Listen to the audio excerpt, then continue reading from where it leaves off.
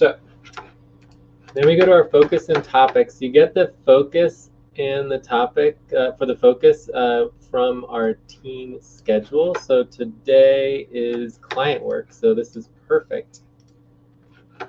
So if you go to our team schedule, you'll see here for Saturday, Sunday, Andromeda Hour 2 that we have a weekly scheduled client work session. So I would copy and put that into the focus. And then we're going to get agreement on our topics, and we list all our other topics, and we also do our deadlines. I always go over to our leadership. Where is it?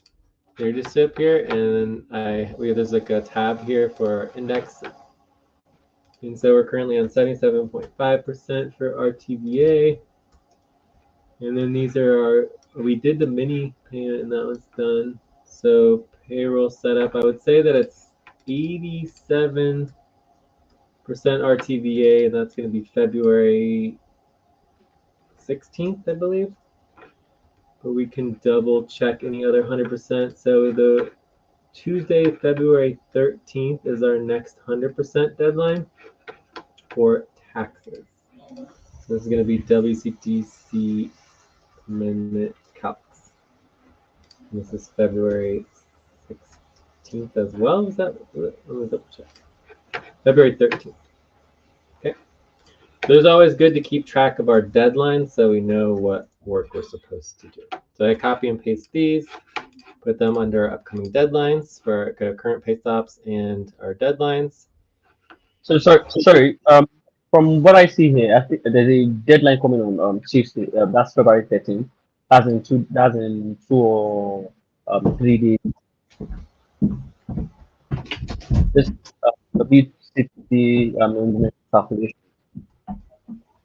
Time for breath. Okay, you're gonna have to say that again. Get ready. So I said there's I see from the upcoming deadlines that there's a deadline coming on the 13th of February. That's really soon.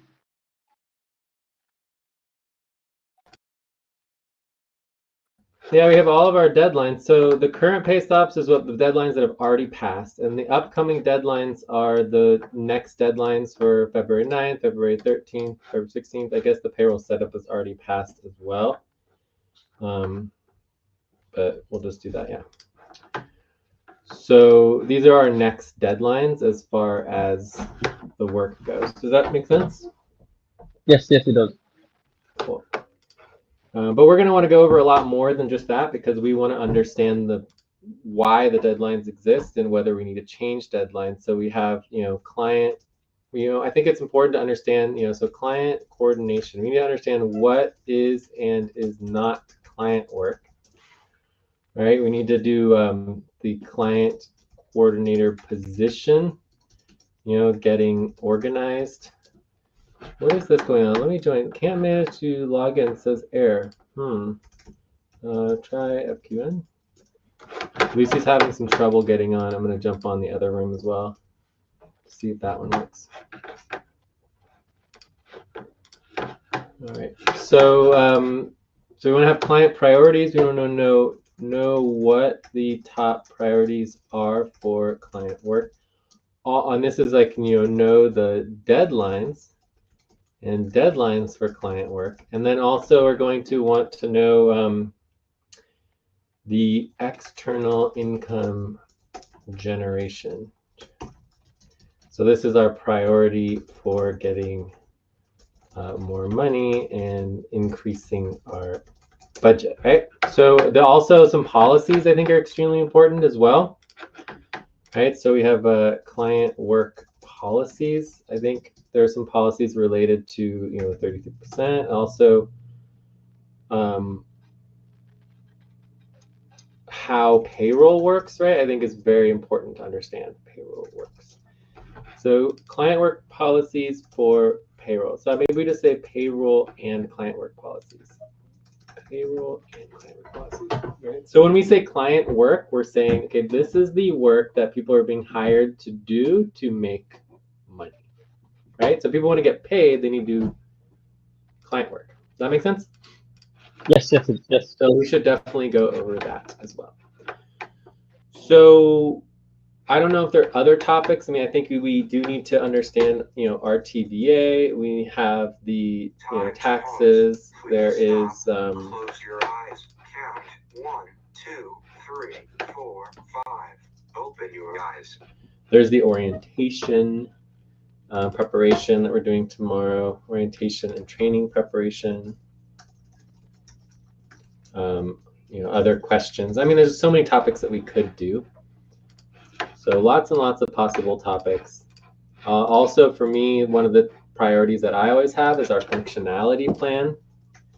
Functionality plan. This is kind of like our organizational / business plan for being stable, right? Anyway, so what should we focus on first? Where do you want to get started? Well, I think we can go right from top to bottom. We can start with the client priorities and try to know what the top priorities for client work. What are the things that we need to focus on as regards client work?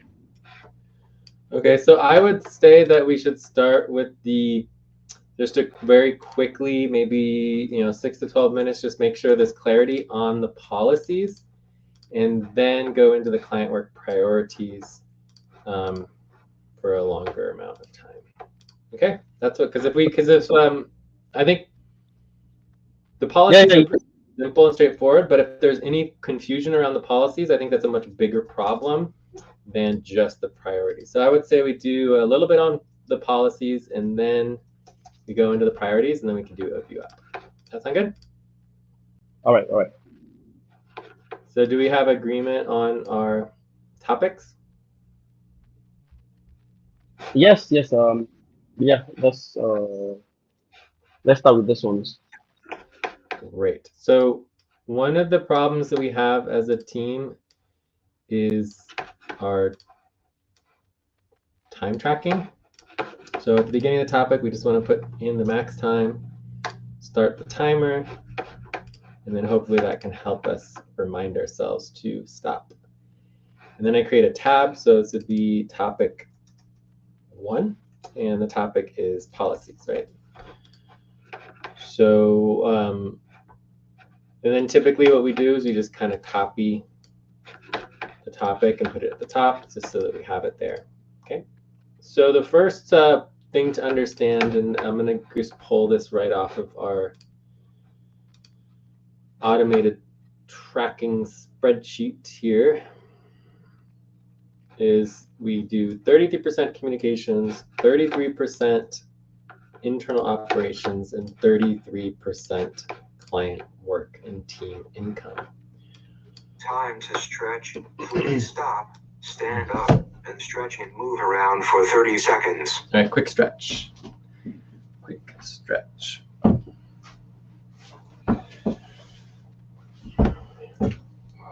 Okay, that's good.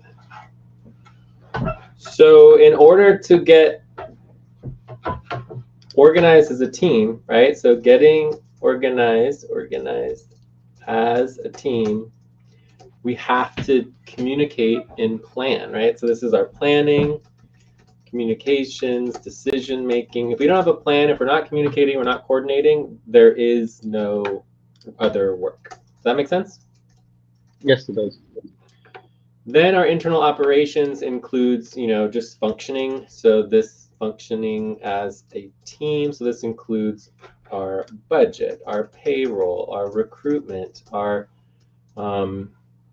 documentations, coordination, etc. Right? So just basically making sure we are, I guess technically coordination is under internal operations. Then we have our client work, which is bringing money into the team, right? So this is basically, we have the vortex, which is the network. So we could just call it, we could just call it the network because it's a little easier to understand. We've got taxes, the network admin, we have the taxes, we've got the bills, we've got the sponsorship, bills, sponsorship, and the POS, executive, and the SVG slash Umbus, right? So SVG slash Umbus is the social value group and the umbrella business. And so we'll go over that. We do have some vocabulary terms, So some of the vocabulary we're already hitting here is obviously POS, vortex slash network, SVG, Umbus, and there's also CUS, right? So this is the umbrella customer.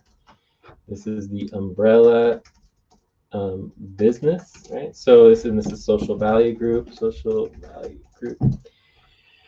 All right, so this is our network of all organizations and branches, and then POS is treasurer slash asset support. Okay, so this is the client work general setup, what we're doing. And as far as like client coordination is all about SVG, UMCUS, UMBUS, okay?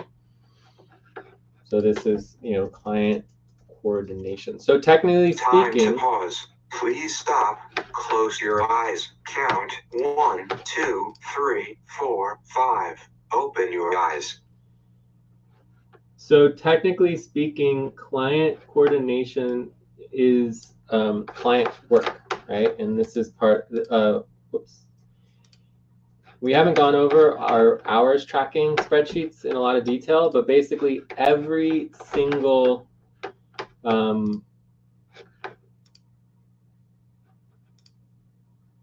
assigned work priority has its own number, right? And so the current number, it changes every month a little bit, but the current number is 191, 92, and 193, okay? So at the end of the session, when we're doing our wrap up, we're talking about tracking our value and our time. This would be client coordination is client work. Does that make sense? Yes, it makes sense. Yes, and then the numbers are 191, 192, 93. They're the last ones on the list, the very bottom. Cool. All right, so far, do we have understanding on just kind of what client work is, what the priorities of client work are, and some of the vocabulary? Do you have any questions like off the bat here? Well, at the moment, no, I don't. No, I don't. I think I get a good grasp of what you're trying to say. Understand.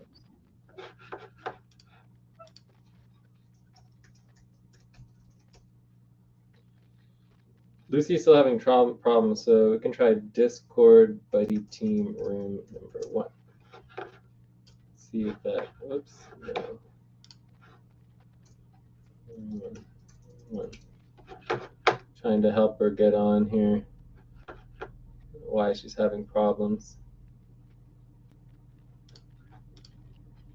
Okay. All right, so let's start going to the policies. Or the next policy. So for policies, I would say there's 2 primary policies that affect payroll, right? And the first policy is obviously the deadlines and the pay stops, right? So the deadlines and the pay stops are only applicable to client work if it is a client responsibility, right? So it's client work deadline. So if you go to the leadership deadlines, and let's look at the 100% deadlines, you can see here on the left side that, what type of work it is, whether it's an internal operation, client work, or general work deadline. So you can see like on 100%. Time for breath. Please stop and get ready. Now inhale, 1, 2, 3. Exhale, 1, 2, 3. Pause. Inhale together, 1, 2, 3. Exhale, relax. So you can see here on the type of work that there's a lot of client work, at least for the 100% pay stops. You go to 99 to 51% pay stops, you can see it's about half client work on the ones that we're doing, and then we just have lots and lots of client work pay stops. Okay, so a lot of our priorities are client work already for the deadline. So the fact that we're not meeting our deadlines does basically mean that we already have issues with client work, right?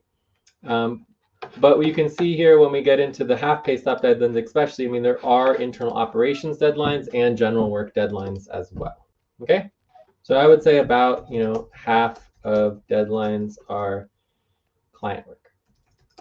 Okay, but that's not all of the deadlines. That certainly is not all of the priorities of why we're on pay stop. In fact, I could say that part of the reason we're on pay stop is possibly not because of the client work. It might be mainly for some of the internal operations, right? Like recruitment and other things. So do you have any questions on the first policy with related to the pay stops and all this? It could be a good time to review the statements since we missed that. And that would be policy tracking on my part.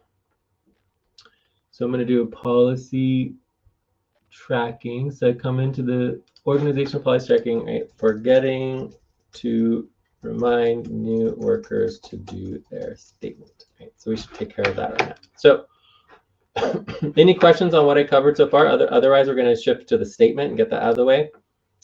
And then. Oh, yes, yes. Let's keep to the statements. Let's keep to the statement.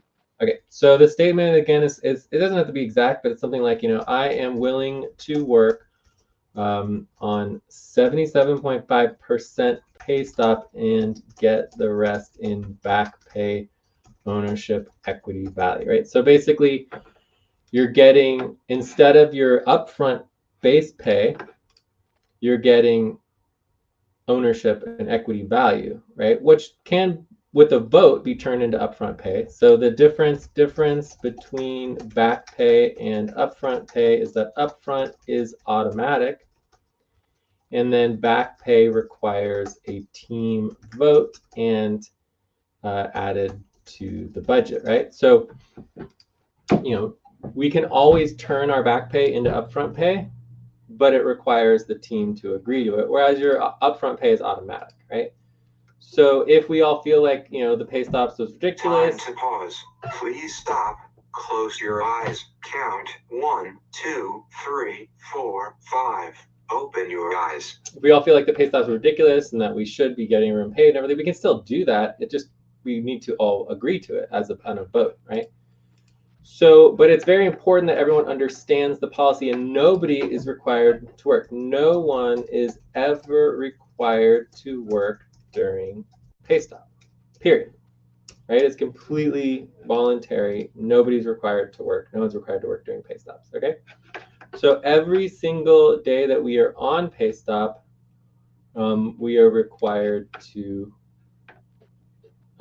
do a statement. So you can see here, I did my statement right here, and Lucy did her statement right here. Okay. I believe your pay is what, like $5 an hour? Oh, look, Lucy, Yes. you made it. No, that's $4 for the training. For the training budget, $4 per hour for the training budget. Wow. Hi Hey, guys. Lucy, you have Finally the, I make it. It's really stress. I you have tried the, until so bad. Hello, you have, Lucy. How are you doing? I find this online thing frustrate me.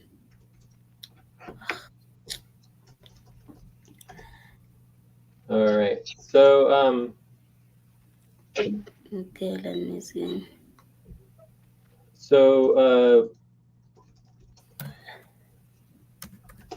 just to make sure it's very clear what pay stops mean, you can see here that the normal pay rate would be $5. The pay stop is 77.5%. The upfront value of the pay stop is 22.5%. So your base pay is $1.13 per hour. And with the overtime, because it's nighttime work, would be $2.25 because you're getting double overtime value. Right? So that is the current status unless you take exemptions, right? Right, so we're out of time. So if we continue, we would be breaking policy, right? So my recommendation is that we go back to the focus and topics and do a new topic. Is that okay? Okay. Because we don't want to break policy, right? So once we run out of time, we agreed to 12 minutes. we weren't able to finish the topic in 12 minutes, so we would do a new topic, and let's just go ahead and add a view up. And this is also a great time to check in with Lucy and see if you have other topics to add, and if you'd like to go through anything else. So I would say topic 2, we really just... Take a break. Please stop, write down whatever you were about to say, and take a break for 6 minutes. So I would say we need to focus some time on the pay stops policies and statements because we forgot that, and make sure we get that very clear because it's extremely important, right? Effects-based pay, which is very, very high priority.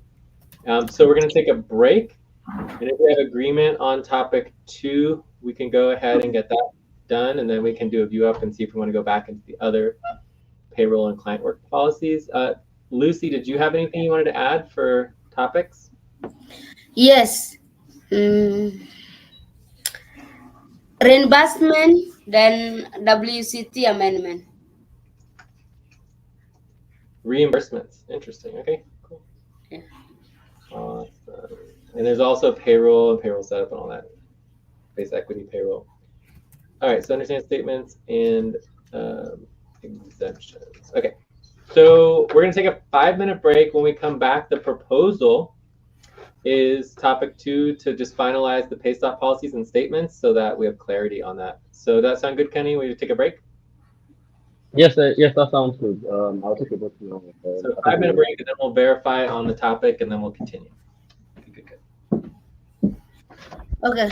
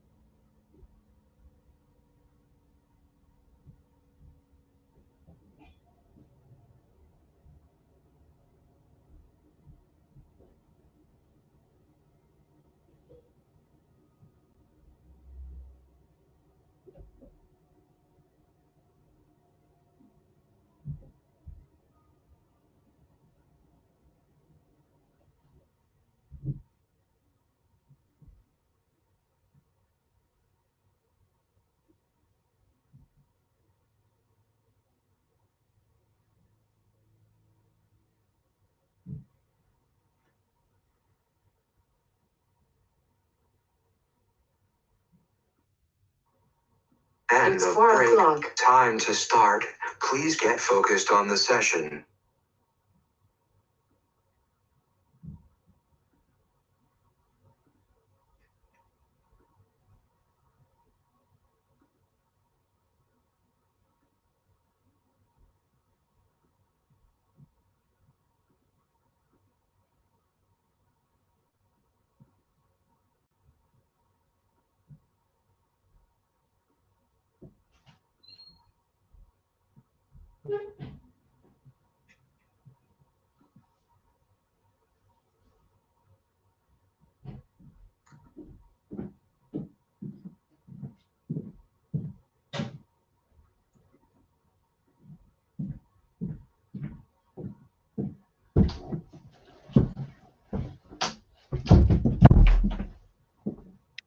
Okay, I'm back. I'm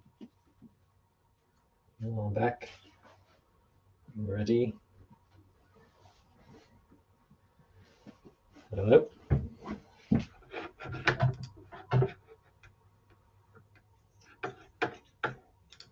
Hello.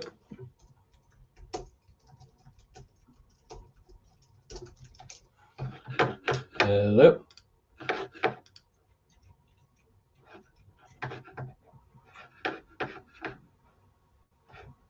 Lucy, Kenny, anyone there?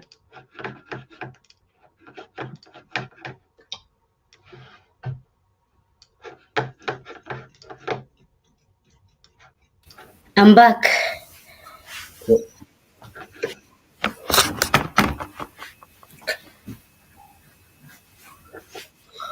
I think Kenny not yet back. Okay.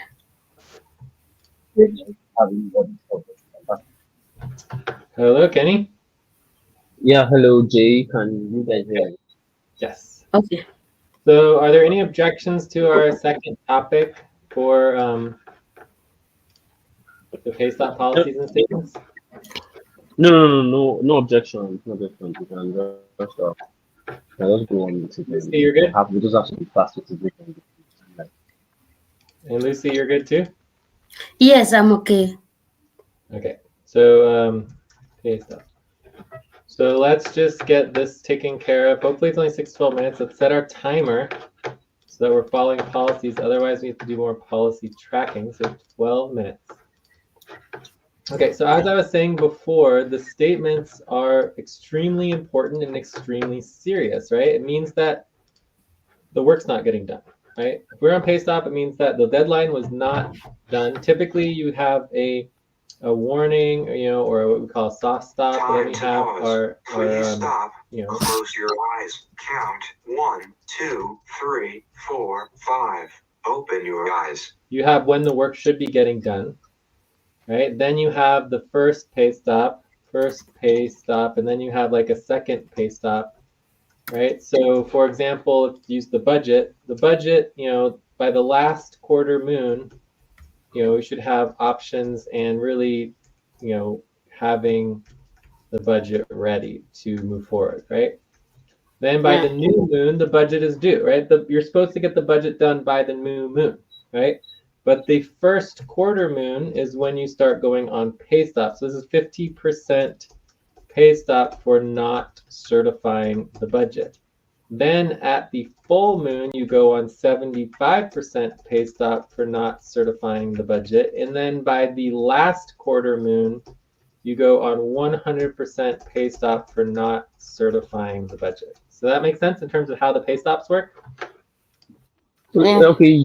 Yes, I think so. But let me try and refresh it in my own language. So I Yeah, sure. understand what you're saying. So essentially, what a pay stop means is when you miss a deadline for getting the job done, you're going to have to work. You're going to have to work without a fraction of your payment just to ensure that you get the work done at a Well, later you're date. not required to. Nobody's required to ever work during pay stop.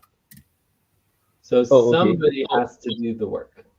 So my question is the pay stop thing, is it a general kind of thing, or if I say I miss my own deadline, does it affect the whole thing, or it just affects me, or what really Yes. So happens? we do have individual pay stops, right? So for example, your monthly goals are required, and then anyone who doesn't, if an individual worker doesn't do their monthly goals,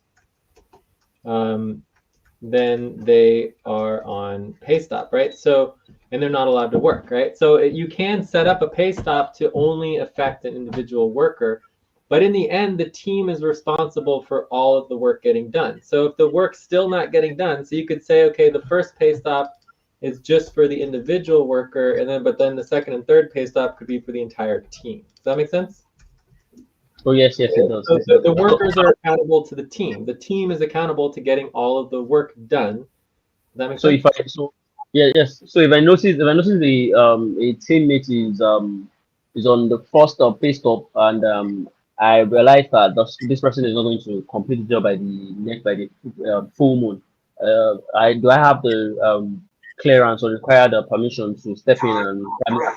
Please probably stop. assist. Or, Get ready. Now inhale. 1, 2, 3. Exhale. 1, 2, 3. Pause. Inhale together. 1, 2, 3. Exhale. Relax. Yes, the answer is 100% yes. Like, so as far as we're concerned, we have myself, we've got Lucy, and we have you, Kenny. That's it. There's no one else working, right? So either we do the work, the three of us, or we don't expect anyone else to do it. The moment we have assumptions that someone else is going to do the work, we're going to go on pay stop, because unless it can be verified, we just don't care, right? We, as an organization, we don't care what anyone says. We don't care what anyone, promises, what they say. It's only what people do. What can be verified, what can be triple checked, double checked, triple checked, quadruple checked, and verified. That's all that matters. Okay. all right. So does that work the same way with the RCVA scheduling? I mean, I remember you. I think you said something about everybody getting 1.5 hours per week for RCVA scheduling. So if peradventure I have done my 1.5 hours and then some other teammates are not picking up their shifts, and it's possible that they go on pay stop or a pay stop that would generally affect everybody. Does it mean I can't extend mine? I can pick up the slack and just to ensure that there's no the team goes on smoothly and there's no hiccup anyway. Yeah, I mean, we can talk about RTVA shifts, but bottom line, RTVA shifts is not work. It's just communication and scheduling, right? So for an RTVA shift, in as little as 5 to 15 minutes, you could set up an RTVA shift, right? It could also take someone, 15 to 30 minutes or even up to an hour their first time to learn it, right? But the point is that it's not work. It's just communications, which is why RTVA shifts is just general work. It's just scheduling to do the VA session. During the VA session is when we actually do our work, and you actually track your hours for the work that you're doing, not for the scheduling. Does that make sense? Yes, yes, it does. Yes, it does. Yeah. So I mean, RTVA is it's not really about time. It's just about showing up and actually doing anything at all, right? It is nothing. It's just doing a VA session. So it's not. Anyways, we can talk about that later. It's not really applicable to the discussion about the pay stop. So the bottom line is anyone could single-handedly do the RTVA, no problem, because there's only 2 sessions per week required for RTVA, but it's like no one wants to do it, which is why we're behind by more than a month of RTVA sessions, because no one's doing the work. So any one person could step up and do the RTVA work easily. Close your eyes. Count 1, 2, 3, 4, 5. Open your eyes. Does that make sense? Yes, it does. Yes, it makes sense. Yeah. So, but could me and you, Kenny, by ourselves do all of this work, right? That all of the deadlines? The answer is no. But could we do the vast majority? Yes, we could do 60, 70, even 75%, possibly even 85% of the work with just 2 people. There's not a ton of work to do. It is a lot of work, but I would say me, you, and Lucy together, the 3 of us, could do 90% of the work if we just got focused and did the work efficiently and effectively. But there are still components of the work that just even the 3 of us would not be able to do. We would need someone like Joyce or a Tay to really step up to get the final, 10% done. But Joyce and Joyce is sick. She's got COVID. I don't know when she's coming back. Even when she was here before, it was still off and on. Ate has made it very clear she's not very motivated. There's, issues with her involvement, everything like that. I mean, I don't know whether she's going to step up to the level that we need. But either way, she can still help, right? So hopefully that gives a sense of like the amount of work to do is not that difficult. And we can go over every single priority that we have. Like I was mentioning before, there is only, 6 client categories? Network admin, taxes, bills, sponsorship, POS, executive, and then overall, right? SVG UMBA. So it's like 1, 2, 3, 4, 5, 6, 7. 7 categories of client work. So it's not that much work in the bigger picture. The problem is that we're just not doing it. Okay. Right. So did we answer your question, Kenny? Yes, you've answered my question. Cool. So let's go into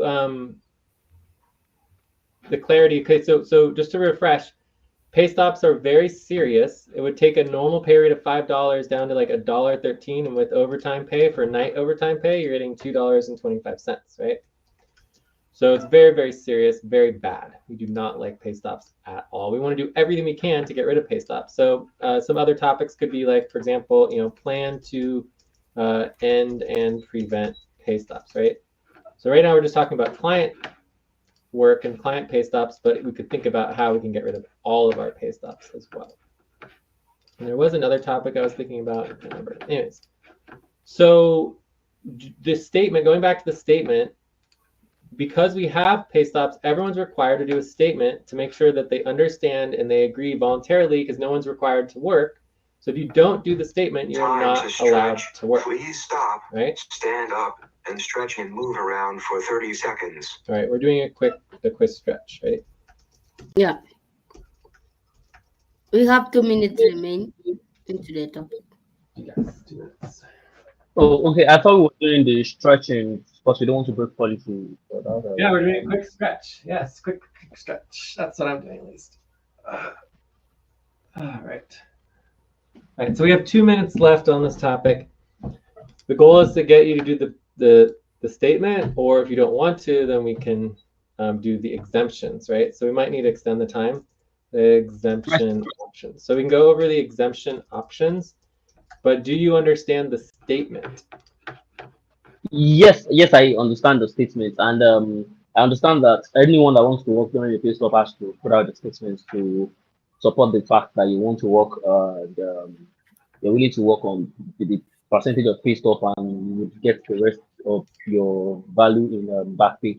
So my question now is does this apply to all the new recruits as well? Do we have to put out the statements to that we're working on 77.5% pay stop as well? Absolutely, yeah. So everybody is required to do a statement based on their current legal status with the organization. So as a worker, as a new hire, you can either do the statement or you can do an exemption, right? So if you want to exempt yourself from the pay stops and exempt yourself from the deadlines, you can do that. And that is on line 50. You can look at the recruitment packet and we can go over that together and have understanding on the options for the statement. For the exemptions. But the bottom line is you have to do one of those 2 things. You can't just ignore it. Does that make sense? Okay, so the exemption, yes. So the exemption means I can't work, but then the pay stop means the statement means I agree to work despite the pay stop. Is that correct? Yeah, and you have until the end of the month to finalize your exemption, but one of the options for your exemption is to not have... We are off the time for the topic. Okay, yeah. So we're out of time. So, but the point is that you don't have to take exemptions. And you can also choose to not take an exemption. In which case, then the pay stops apply. So anyways, I would say we continue and finalize the exemptions with this to make sure that we have clarity and agreement. on the exemptions. Does that sound good? Yes. Yes, yes. It sounds good. Okay, so maybe another Time to pause. 6 to 12 Please minutes. stop. You know. Close your eyes. Count 1, 2, 3, 4, 5. Open your eyes. So I think you understood the statements pretty well, but now we just want to make sure that you understand the exemptions. Okay, so let's do another 6 to 12 minutes, and then we'll go into another view up and figure out how to make that. So no objections? No No. objection. Okay, and actually we'll say this is topic 2.1. So under pay stops and say topic 2 and 2.1. Okay. So basically the policy is that you have to finalize your exemption before the end, before the start of the payroll finalization for the month, right? Which is going to be the new moon. So the deadline for that, for the new moon, I'll just go to Moon Giant, right? So Moon Giant, and this would be for March. So it'd be the March new moon, which is March 10th. Okay? So Alright, you have until March 10th to finalize your decision for this payroll round, right? So for this month, which started today, today's the first day of the moon month, and it goes until March 10th, which is the next new moon. You can wait the entire month to decide what your exemption is going to be. But every single day you choose not to do an exemption, one option, which I believe is option 17, we can check, but one of the options is to not do an exemption at all. So therefore, every single day that you don't do an exemption could mean that you might not be exempt. So therefore, you have to do the statement just like all the other workers, all the current workers. And that's option 17. 0% exemption, right? 0% exemption. Okay? Okay. So I am a little bit confused about the exemption. So the exemption, if you are doing the exemption, it means you don't have to work with the pay stop, yes? Correct. Yeah, you would exempt yourself as a new worker. So if you read through the packet in the exemption, the team has agreed by consensus over discussions that lasted many months that new hires can be exempted from deadlines and pay stops in exchange for bonuses, benefits, and equity ownership. So you get a reduction in your benefits and your ownership, but then you get your upfront pay in full for your base upfront pay. So the bottom line is that it's going to be in relationship to your bonuses, it all ends up around the same amount of value, right? But the point is that you're exempt from the deadlines, right? So what's important is that you make a decision on what option that you want. So it could be anything from 0% to 100%. Time for breath. Please stop and get ready. Now inhale. 1, 2, 3. Exhale. 1, 2, 3. Pause. Inhale together. 1, 2, 3. Exhale. Relax. So you get from 0 to 100% exemption, and then the time is either 1 week to 3 months. So the longer you want to be exempted, the less percentage exemption that you get, and the more exemption that you want, the less time you can have, right? And either way, the more exemptions you want, the more you lose in your benefits, bonuses, and equity ownership to make up the difference. Okay? Oh, okay. Yes. I think I was. So you have to choose. You have to choose one of the 17 options. So, for example, option 1 is only 7 days. So it would be 1 week of exemption.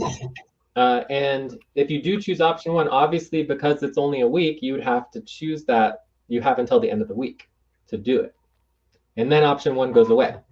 Option 2 is 2 weeks, so you'd have an entire 2 weeks to decide. Option 3 is 3 weeks. Option 4 is a month.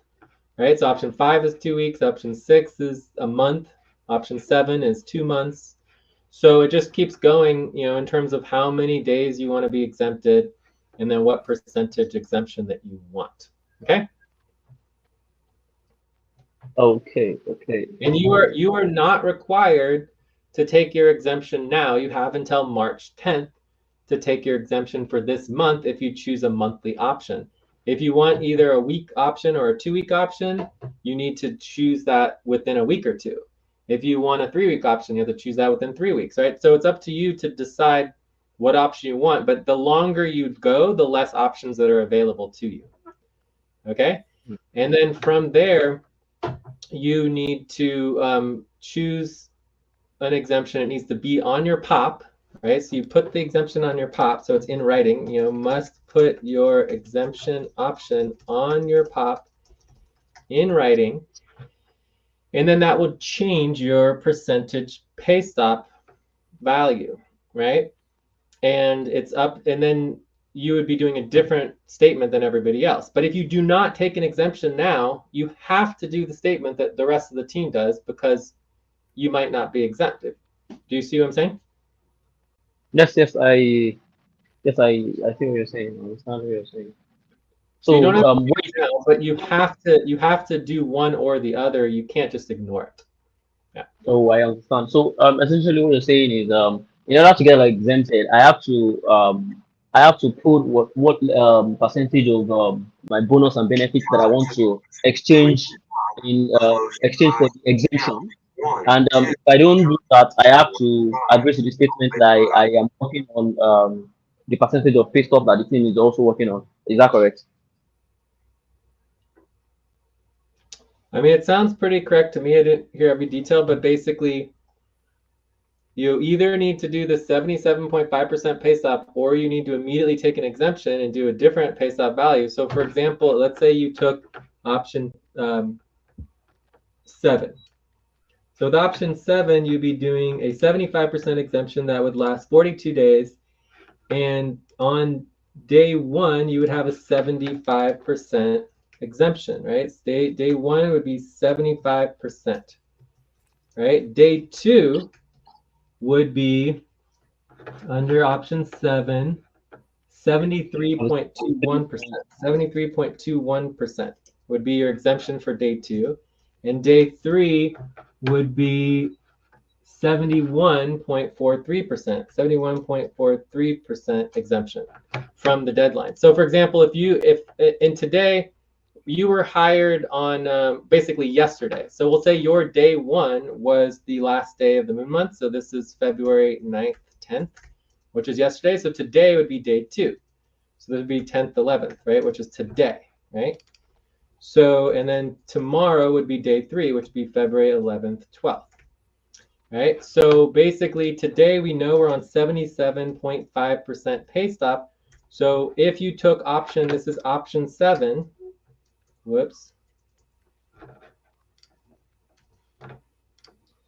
If you took option 7, your pay stop value would be 57% pay stop, based on 73.10% reduction of a 77.5% reduction. That doesn't quite make sense to me. I think I did the calculation wrong. So it would be the other way around. So it would be 1, C would be 1 minus that. So you'd be, oops, that didn't work. 1 minus this. It would be a 21% pay stop for you. So everybody else would be 77.5% pay stop, but for you, it would be a 21% pay stop, because it would be the opposite of 77, 73.10, so it would be equal to 1 minus 73.10. So the value of your pay stop would be 26.9% of the 77.5% pay stop, which is 21%. Does that make sense? So if you took exemption for option 7 today, write down whatever you were about to say and take a break for 6 minutes. Today you would say, I'm willing to work on 20.85% pay stop and get rest in back pay benefits, right? So the whole model that we have here is that we want workers to be connected and engaged with the team and the deadlines, right? So we don't want to do we don't want to do just 100% pay stops across the board, right?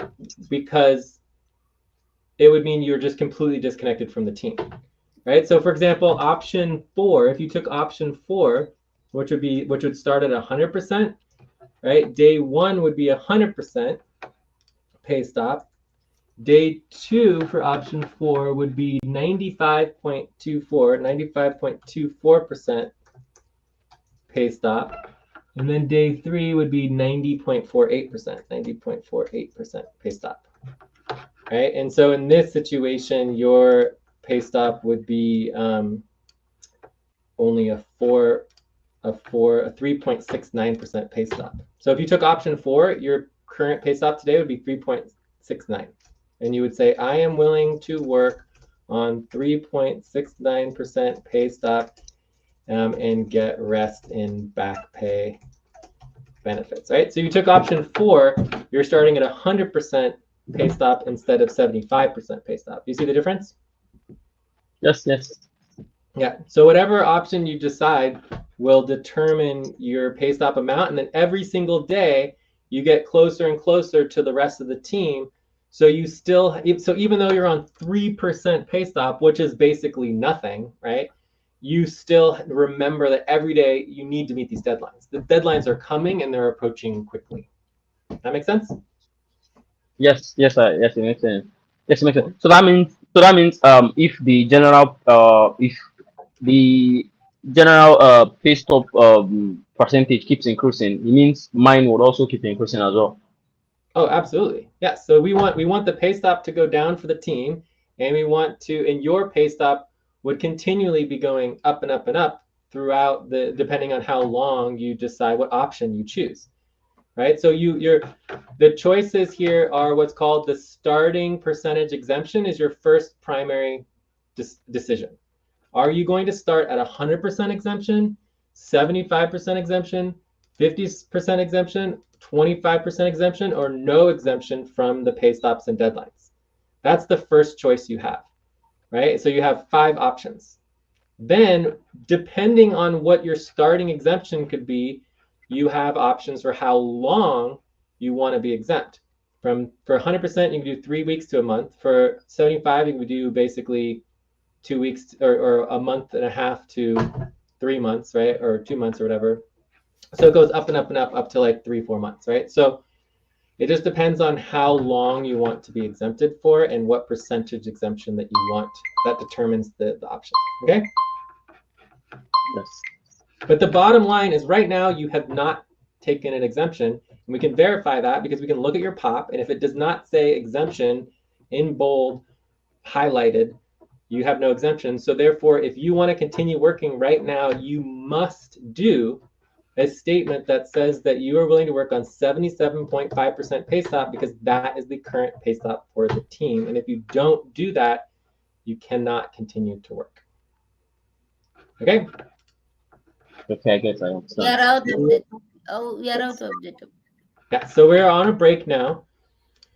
So again, you would go to Discord, Ativity team, or really anywhere on Discord and do the statement. So we're going to take a, let's say, 3-minute break, 4-minute break.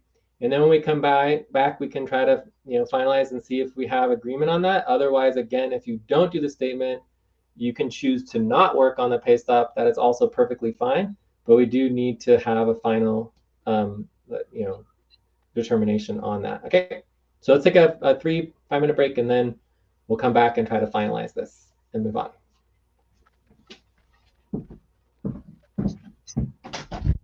All right, so quick break. Okay. Cool.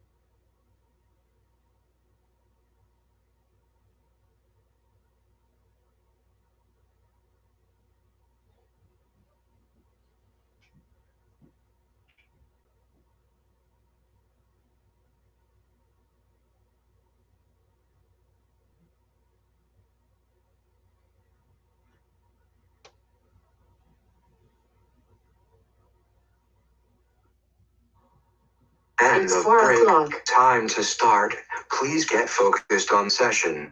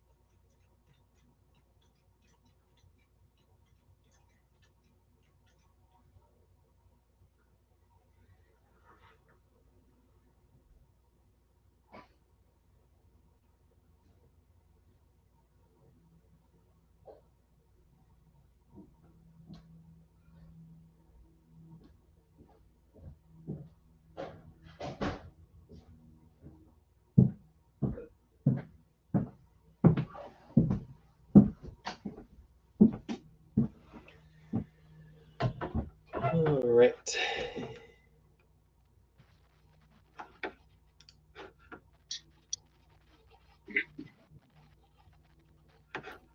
I'm back.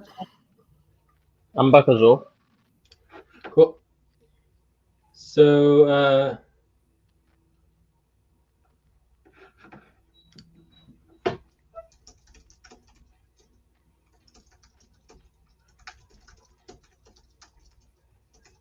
so the orientation proposal is for Monday, Tuesday, Andromeda Hour 2. That'll be February 11th, 12th.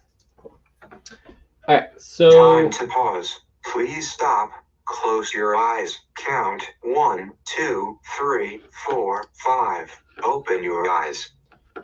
So I'm just going to do a little policy tracking, and go over topic time here because we're out of time. But the bottom line is that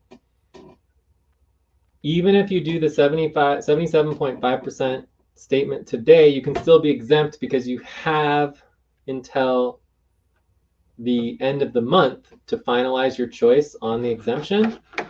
But because one of your options could be to not take exemption, you still need to agree to the 77.5% exemption. So another way to say it, the statement for you would be, I'm willing to take 77. I'm willing to work on 77% pay stop and get the rest in back pay equity ownership. But I can still do my exemption by the end of the month, right? So, which is March 10th, right? So it's basically like you're agreeing to the 77.5% pay stop unless I take my exemption, right? Unless Okay. I still do my exemption by the end of the month. So it's basically like, okay, if you don't do your exemption today, then you're at 77.5% pay stop. That's just a fact, right? So if you're not taking the exemption, you're at 77%, but you could still take the exemption later, you know? So there needs to be some type of clarity on your status.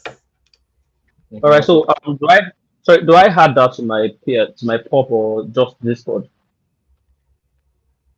To do what? Do I add the statements to my pop or just Discord, or do I have to do the both? The statement to go into Discord on your pop, you would do your exemption. option, right? So if you want to take an exemption on your POP, you would put the actual exemption option that you're choosing as a official final legal decision in relationship to your pay and the deadlines that are applicable to you as a new hire. So it needs to be in writing and it needs to be in your POP. But as far as the statement goes, for your normal daily statement, that just goes on Ativity. And it's in our policies, you have to do it every single day that you're working. Our goal is to not be on pay stop at all. There should be no pay stops, right? So every single day we are on pay stop, every worker is required to do a pay stop statement, right? Which me and Lucy have done. And then in addition to that, at main sessions, we have to do it verbally. Okay.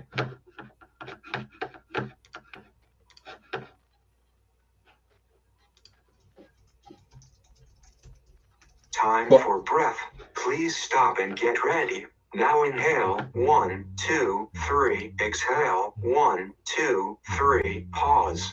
Inhale together, 1, 2, 3. Exhale, relax. Cool. So I went over time a little bit, so I'm just going to do a little bit, 0.1 hour for going over time on pay stops, deadlines, exemptions. All right.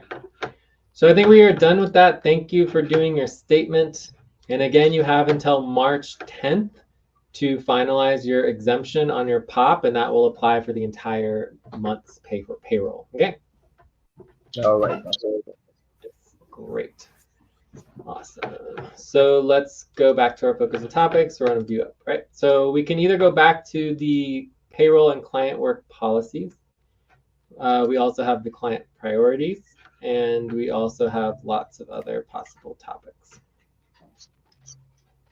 Okay. So I wouldn't mind going back and finishing the payroll and client work priorities, because I think that should be pretty fast. And then we could go into the client priorities. So this would be 1 point. Well, let's just start over. 2, 3, and 4. So payroll, client work priorities. So our main goal is understanding how payroll works. Is really what we want to make sure we have clarity on. And then we could go into our client priorities. I'm fine with that.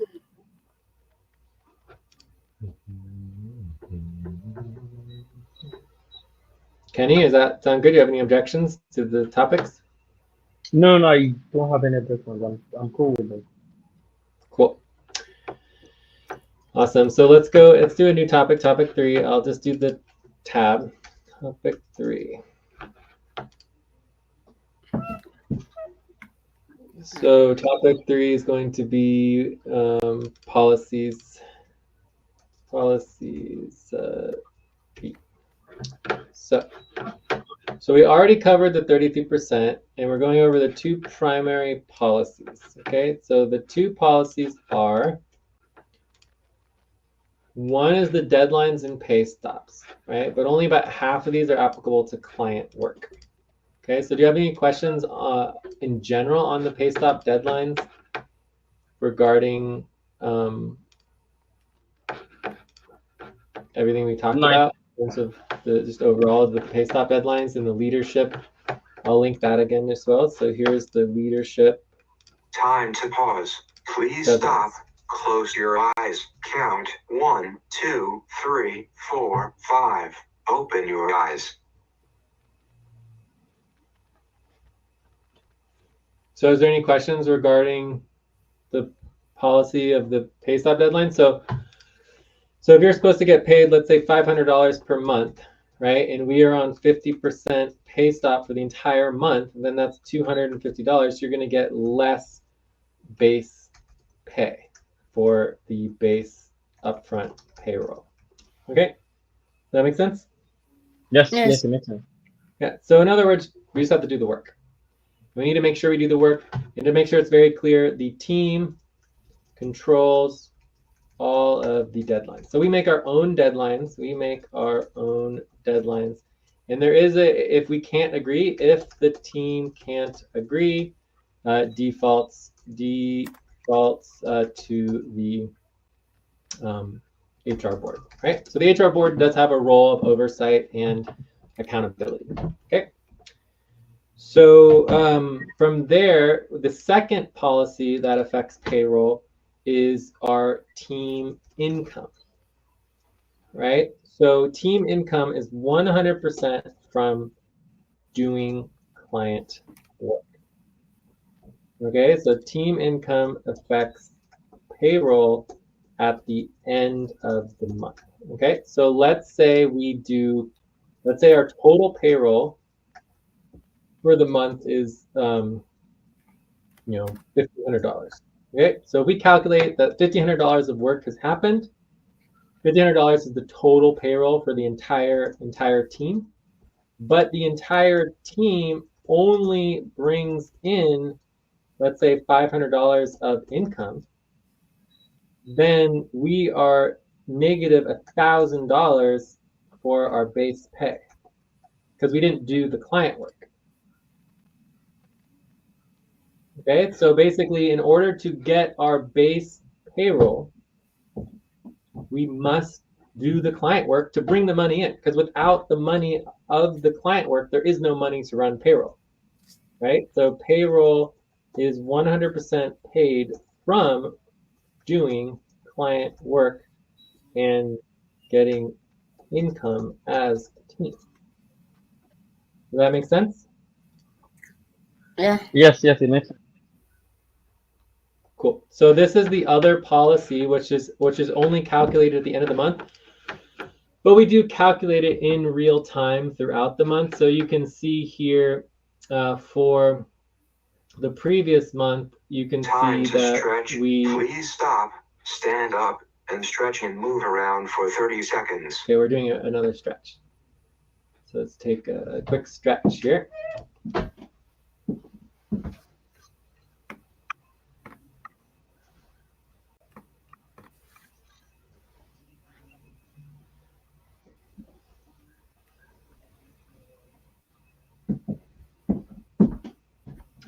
Okay, so if we really quickly take a look at last month's payroll, you have the totals of people's base hours, right, which is based on the 1.5 hours per responsibility per week.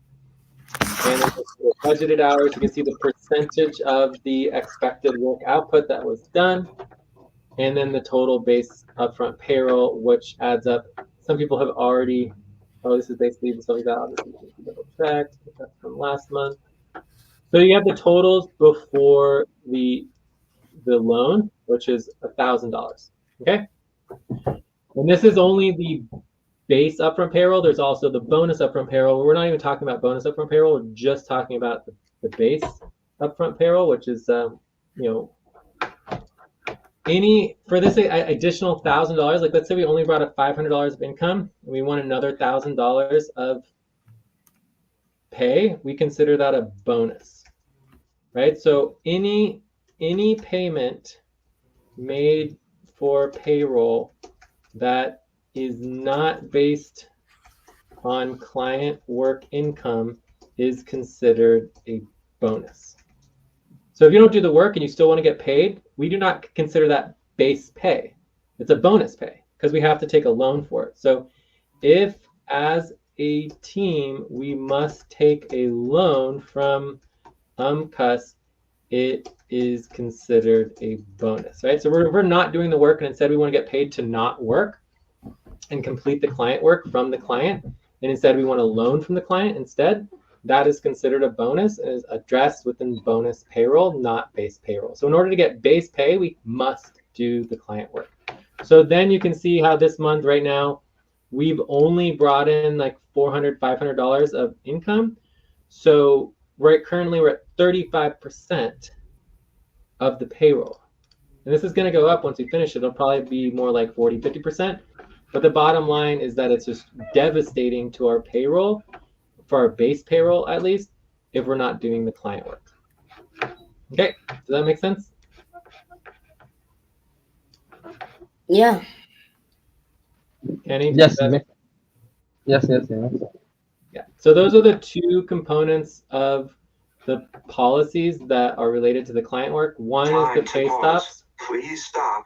Close your eyes. Count 1, 2, 3, 4, 5. Open your eyes. The pay stops that devastate our payroll. And the second one, which is only applicable to client work, which is making sure we do enough client work to bring in the income to the team to make sure that we are getting paid enough money. Okay. So it also is good to kind of understand some of the calculations on the income.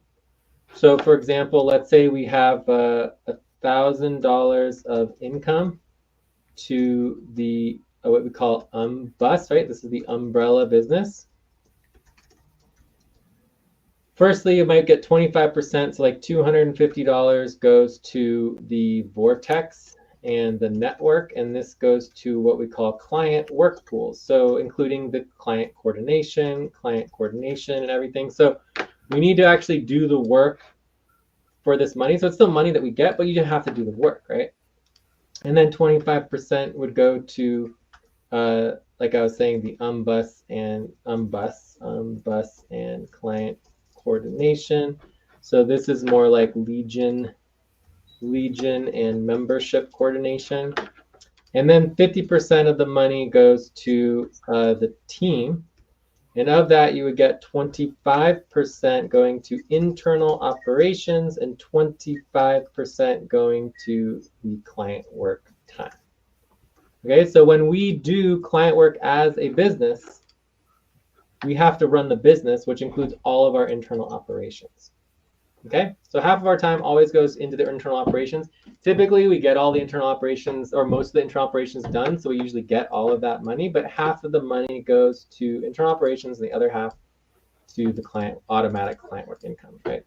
So when we do client work, let's say we do $1,000 of client work, we as a team automatically get paid $250 is automatic income for the team.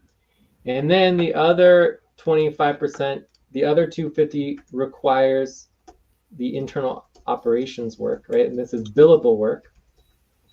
And then the rest of it, right, the other $500 requires, more client work, right? You actually have to do the work. You have to do the client work to bring in the other $500. You can't just ignore the work. Does that sort of make sense, or do you want me to go into more details on how that works? Wait, and are we out of time? Did anyone do timekeeping? Looks like we didn't do timekeeping. Did anyone do timekeeping? I was doing, I think I forgot. Okay, so that's policy training. So we go back to our session policy training, 0.025 hours for not doing timekeeping. So let's just assume we have 6 more minutes. Please stop and get ready. Now inhale, 1, 2, 3, exhale, 1, 2, 3, pause. Inhale together, 1, 2, 3, exhale, relax. Police. All right, so let's say we have 6 minutes left.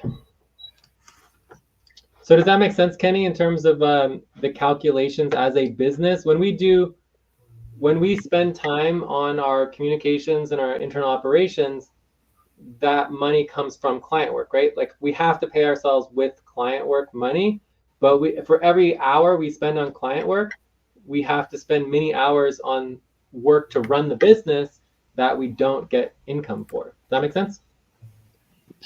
Yes, exactly. So it's just like the basics of running a business. It's just good to understand the calculations. And they're not exactly like this. I think the exact calculations, if we go look at them, it's called, the tab is bus income calculations. So it's technically for the team is getting almost 60%. So the team is about it's exactly 57.32% currently for the team. And then there's 24% for the vortex and 18.19% for the bus, which is the umbrella business. Okay, and it goes into exactly the work that needs to get done. But it is important to know, and this is where we get into the next topic. It's important to note that we go into the potential base income, and this is all the client work that we're doing. When we talk about all of these all of this money that goes into the vortex, the umbrella business, that's what we're doing here now. These are the this is the client work that needs to be done. We have to do our invoices. We have to make sure we have our client work agreements. We have to do client outreach and sales. We need to do our client relations. We have our all client plan, which we'll probably cover another time. Although we will go through our priorities. We have our equity structures and value for our various organizations, client fundraising pools and client fundraising. I feel like that part got updated a little bit. Client coordination, SVG planning and coordination. So this got updated a little bit. So it does need a little updating since last time. So let me get the most recent updated version. And here are the numbers as well, which is helpful. Yeah. So it's just slightly different. So you have client fundraising pools, client fundraising. I guess that didn't get updated. It's weird. Oh, I'm in the wrong. Time to pause. Please stop. Close your eyes. Count 1, 2, 3, 4, 5. Open your eyes. I was in the wrong moon month. Yeah. So this is the most recent one with the correct moon month. So you have client fundraising and pools admin, client and HR board updates communication. So it's very important to update the clients. Client coordination, which is what we're doing now, the 190. SVG planning coordination, UMCUS and UMBUS. Okay. So this is all of the work that we do to get our additional, $500 for running the Vortex and the UMBUS. Okay. And there are a few extra Vortex client work priorities as well, which we can go through here, which include, as I was mentioning, our Legion membership accountability, our staffing, multimedia for the Vortex, storytelling, and the websites, right? So just basically our public image is part of our Vortex branding. By using the brand, we're supporting the network, okay? Okay. So all of this money that goes out for the $250, the Vortex and the network, we get that money back if we just do the work. We just have to do the work for the Vortex, and we get the money. If we don't do the work, we shouldn't get the money, right? Yeah. So I think that's it on this topic, and I think I'm actually already getting to the next topic, which is the client priorities. Okay. So any other questions on the policies? Otherwise, we can jump right into the priorities.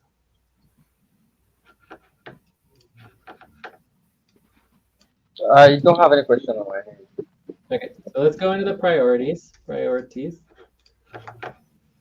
All right, so I would say this part here is already starting to get into the priorities. So the most important policy regarding our priorities is, like I mentioned before, this is line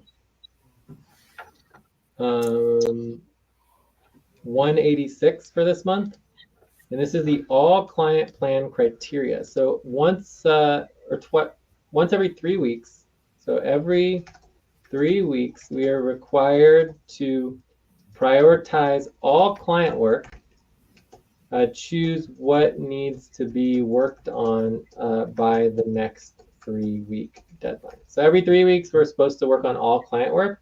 And this would be even thing from 15-minute topic to 1.5-hour session. But there's no requirement to complete the work. So for the all client plan, the only requirement in those 3 weeks is simply to spend a little bit of time. To take a break. Please stop, write down whatever you were about to say, and take a break for 6 minutes. To spend a little bit of time on working on the client work. And you can see that in our deadlines leadership, and then we're going to take a break. So if we go here, you would see it says ACP, right? So ACP stands for all client plan. So we copy and paste these in here. You can see how we had a deadline to work on the extensions and the Ativity payroll. And then we also had this, and this was all due by January 25th, but it didn't happen. Okay, so that would be one of the most important things that we get caught up on in relationship to the all client plan and the all client plan criteria. Right? So it's just an example of work. And again, there's no requirement to finish or complete the work. The only requirement for the all client plan is simply to spend time on client work. Okay, that makes sense? Because we're having such a problem even scheduling and spending time at all on client work, let alone completing any client work. The first step to completing client work is to actually just schedule and prioritize it, right? That makes sense? Yes. Yes, yes. All right, so let's take a 5-minute break, and when we come back, we can get into our actual client priorities. So this like list of actual client priorities, which is basically our deadlines. We're going to go through our deadlines first, and then we can talk about client priorities that do not have deadlines. Client priorities that don't have deadlines. Which basically is external income generation, which we're going to talk about that in detail. All right, so let's take a 5-minute break.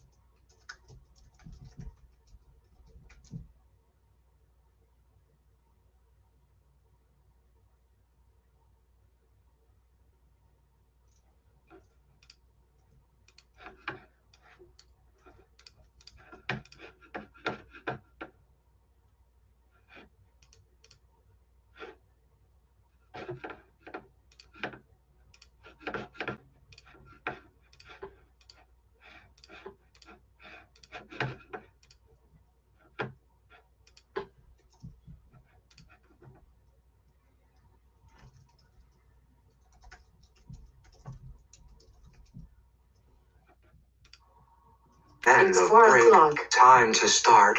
Please get focused on the session.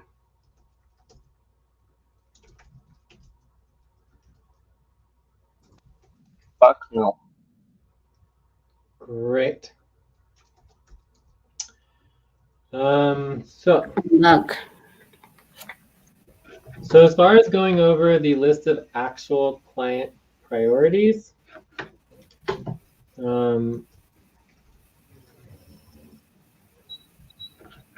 at 100% client priorities is basically our AGC. AGC stands for Accounting and Government Compliance, and this is like taxes and other things related to government compliance, which is why it's 100% pay stop deadlines. So we have two amendments. We've got the fictitious business names. We have the 1099s filing and the Delaware state franchise taxes that are all due in the next couple months. So are there any questions on those?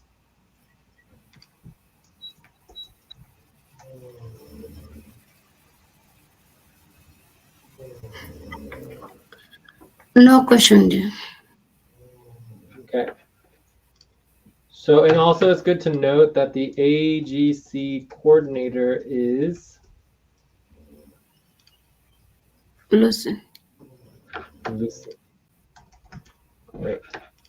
So, Kenny, it is important to know, like, there's 4 positions that are all client work positions, including the client coordinator. So the client work coordinator should know who the coordinator positions are of the client work related to the various different components, okay? All right, no problem. So then we have the taxes yearly plan. So I don't know why this is up there, but that says it is a 65% pay stop. We've got the sponsorship admin fees, right? So this is here. So the all client plan, that is related to your position, which is SVG bus, and this is client coordination, AGC/taxes.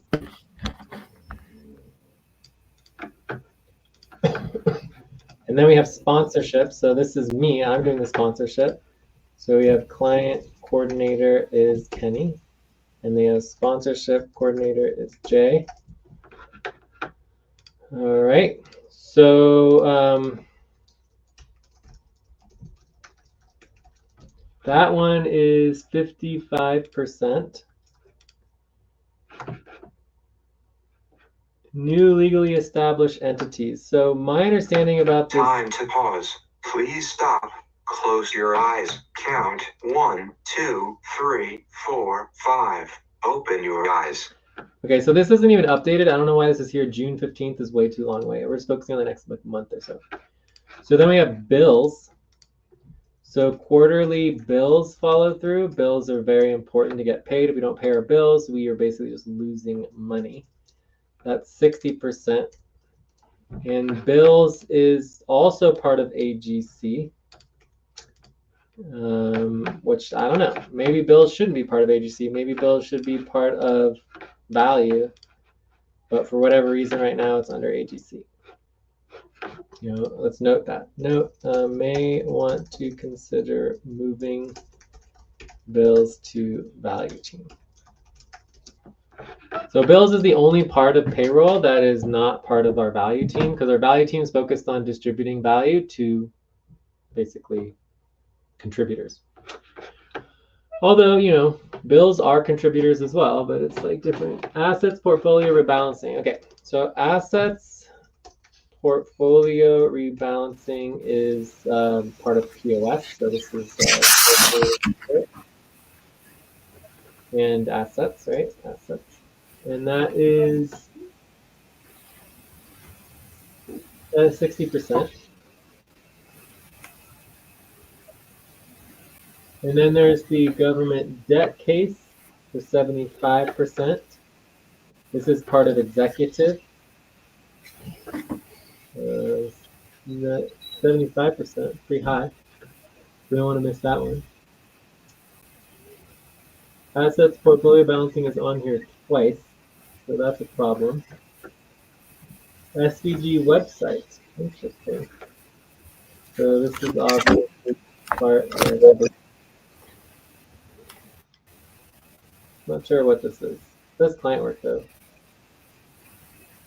but I don't know. So this is part of what we need to do is get it organized, right?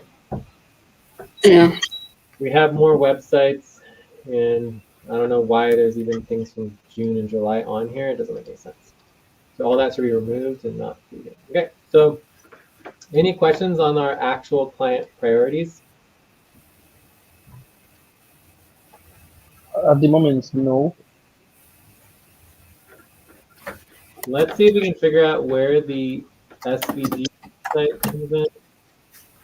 So we go to here, we're looking for SVG website. SVG coordination, no. SVG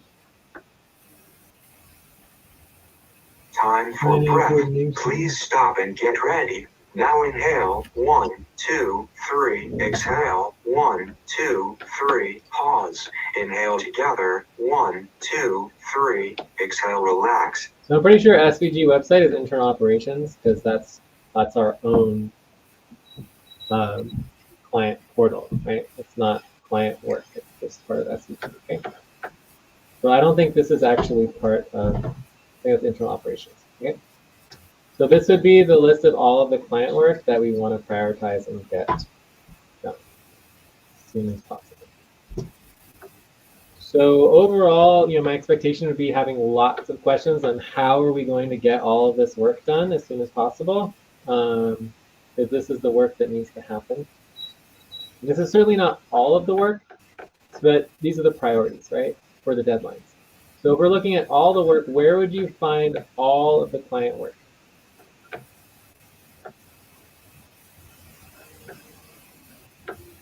Where is the list of all the client work?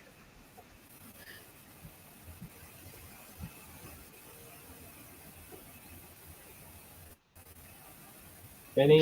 I think on the client plant. Let me Where's the client plan? I don't know what that is. all client. No. So if you guys don't know, then it's basically in the automated single spreadsheet, the 165 automated single spreadsheet, lines 126 to 193. Oh, I thought okay. Yes. So Kenny, where do you find the list of all the client work assignments?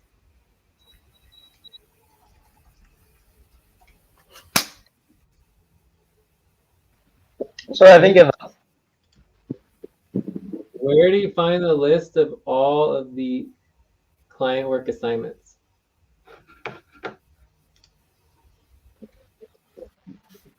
okay. Kenny, are you there? Yes, I'm there. I'm trying to scroll through the client coordination. I wanted to figure out the number. Yeah, but just try line 66, right? I'm just trying to help you guys here. Oh, okay. It's on automated spreadsheet. Okay. So Kenny, where is the list of all client work assignments?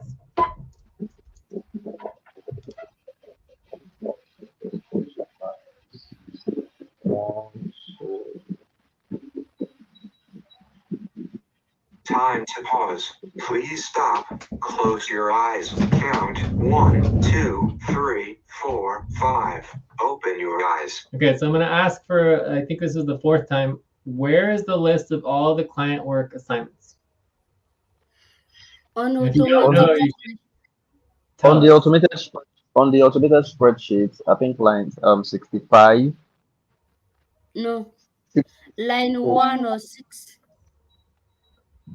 No. So it's going to be for 165° for the current moon month, February, March. It's going to be lines 126 to 193. Oh yeah. I was looking And it's in, for what color is client work? client work. What color is client work? That would be purple. It's like a pink magenta, okay? Okay, I put my agenda. All right, great. So then the next question would be, what is the max amount of client income we can get from the client work. Where do you find this?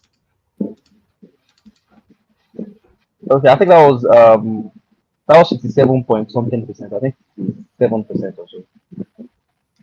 So the question is, where do you find the max amount of client income we can get from the client work? Okay, that would be Lucy, do you know? We have to find the line of client income. Yeah, on still on automated spreadsheet. Yes, but which tab, right? Which tab? Let me get that up.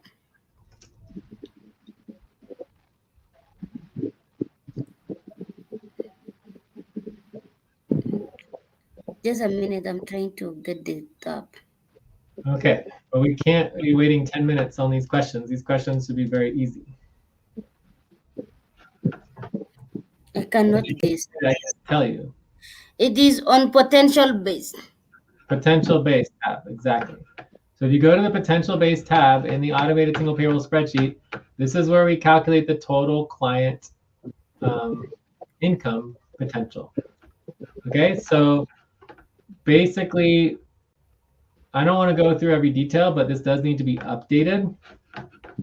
But the bottom line is that we can bring in, if we did all the client work, over $7,845 for this month alone, which should meet our totals for payroll, like, twice over, right? So it's like there's plenty of money and work to do, but the key thing to Time to understand here. stretch. Please stop, stand up, and stretch and move around for 30 seconds. All right, quick stretch.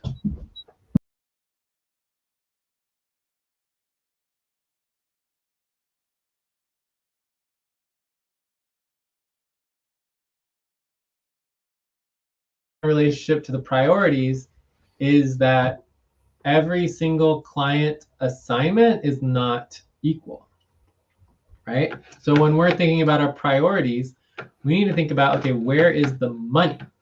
So for example, working on a bunch of POS reporting is only going to give us $70 per report per month, right? Because reporting is not reporting doesn't actually do the work or bring in money. It's just reporting, right? So we can't spend endless money on reporting. So sure, do we want to spend some time doing reporting? Yes, but then we stop because we can't endlessly work on reporting. We can also, if we're doing more reporting, we can ask for more money from the client and things like that. But the point is that we need to do the more important work, which, for example, for POS is the planning and the finance support and the quarterly volume rebalancing and the portfolio rebalancing and the equity support. That is worth $1,000 a month, right? So why would we focus on something that's only worth like a couple $100 when we could work on something that's worth thousands of dollars? Does that make sense? Yeah. And the same thing is true for taxes. Like we need to work on taxes. We need to get the taxes done, but we need to get the taxes done within the budget. And the total taxes budget is like $500 to $1,000 a month. If we're spending $5,000 a month on taxes, there's a problem, right? Because then we're basically losing money as a team, right? So we one of the most important things of the client work is to be efficient within the client's budget. And if we want to get paid more money than the client is offering us, we have to renegotiate the agreement with the client to get more money. Okay? Yeah. Cool. All right. So any other questions regarding the client priorities?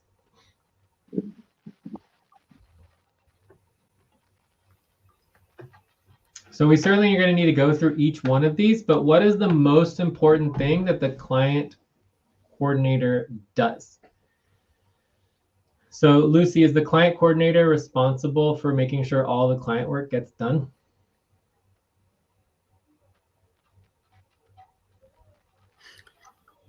To coordinate. Pause. Please stop. Close your eyes. count 1, 2, 3, 4, And 5. Open your eyes. So who is responsible for getting all the client work done by the deadline? That would the be the client. coordinator should remind people who are trying to do the work, do a follow-up until it gets done. So to answer my own question, since Lucy did not directly answer it, the question is the client coordinator responsible for getting the work done? And the answer is no. Right? The client coordinator is responsible for one thing and one thing only, which is, what does the client coordinator do? Oh, and this is the other topic I was thinking about, which is general management. Yeah. General management and coordination training. So I don't know if we're gonna have time to go into more of that, but I just want to ask this one question, right? 1 minute left. What does the client work coordinator do? What is their primary purpose? Well, I think one of the roles of the client coordinator is to ensure that the team is working on client work in order to ensure that money comes in. So that's to ensure that they are working on it before the stipulated deadline. And also, I think priorities as well, balancing priorities and ensuring that the team is working on the right thing at the right time. Yes. So yeah, so assigning client work, very important to do. Make sure you know who is working on what by when, right? So the question is, who is working on what by when, right? But the process of doing that is what's called a status report. And you talked about status reports yesterday as well, that the client coordinator needs to talk to whoever's doing the work. You need to know who is doing the work, when they're supposed to get the work done by. You talk to them, you find out what the status is, and then you announce that to the team. So status report to the team on the current status of the We work. are If you are a all worker, into the topic. okay, so if you're a worker and you're assigned to do work and you don't do it, the last thing you're going to do is announce that to the team. You understand? Oh, right. Okay. So that's your role. As client coordinator, your role is you review all the client work, you see what the current status of the client work is, and then you announce to the entire team, whether it's good or bad, what the current status is of the client work. Because if nobody's talking about client work, nobody's doing it. So it's your job to make sure people are talking about it. Okay? All right. Okay. We are off into the topic for that unless we do view up. So I'll put a 0.1 hour policy tracking for going over time on client priorities. All right. So Time for breath. Please stop and get ready. Now inhale 1, 2, 3. Exhale 1, 2, 3. Pause. Inhale together 1, 2, 3. Exhale, relax. all right, so what is our next topic, or do we want to continue the client work priorities? We didn't cover. I have a question. I have a quick question about client coordination work. So does it also encompass assigning work roles to people? I mean, for instance, say there's a list of priorities of work that needs to get done, client work that needs to get done. Do I get to assign to people that, oh, okay, I think you work better with this sort of thing, so maybe you should pick this up, and then that sort of assigning, and then just to ensure that all the work gets picked up, so it doesn't feel like, oh, maybe somebody has picked this one up, or maybe it's still, or there's still that doubt that maybe it's still there left hanging and nobody has picked it up. Does that cover the workload as well? So again, we're out of time. So if I answer that question, I would be doing more policy tracking. So for you asking that question after you went over time, you would need to do 0.1 hour policy tracking, right? Okay. So if we want to continue and do 0.25 hour policy tracking, that's fine, and then I'll answer the question. So do you guys want to continue? No, Let's do view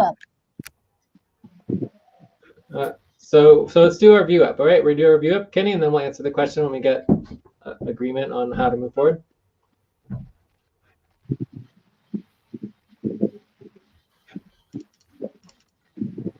So it's okay to not answer the question, Kenny, or do you want me to answer, or what do you want to do?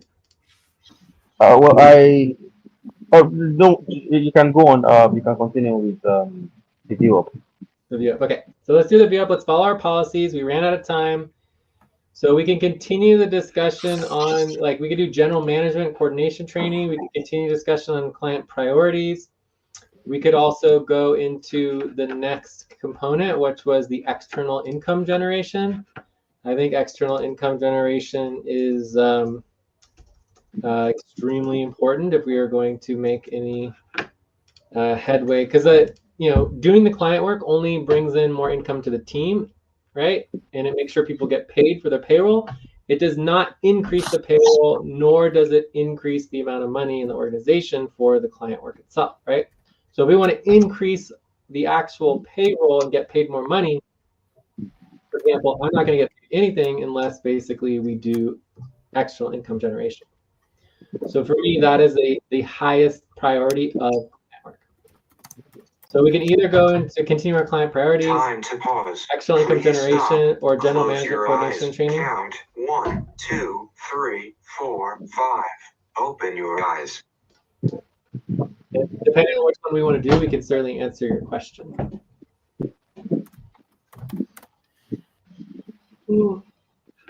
So do we want to just continue the topic, or what do we want to do?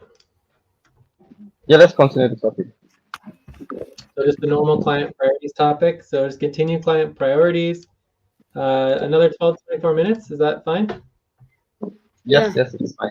So we want to discuss coordination in your question. We want to address external income generation, which is very, very important. All right. Cool. So let's do this. Yes. Okay. Can we do So- after that WCT amendment? So you don't want to work on client priorities? Yeah, I want to work on client priority. I have no problem.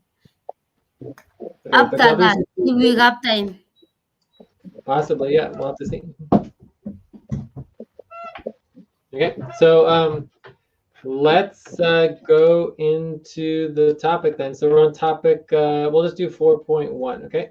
Yeah, And so let's stay with the same tab. Topic 4 and 4. Let me put Right. 4. Okay. So let's go into your question. Do you want to ask your question again, Kenny? Oh, okay. All right. So I was asking about coordination and assigning roles. I mean, like for the team members working on client work. So, for instance, what I said was, let's assume there's a priority. There's a list of client works in their priorities, and then do I get to like assign the team on individual tasks just to ensure I know who is working on what, and then there are no assumptions and there are no omissions. Yeah. Yeah. So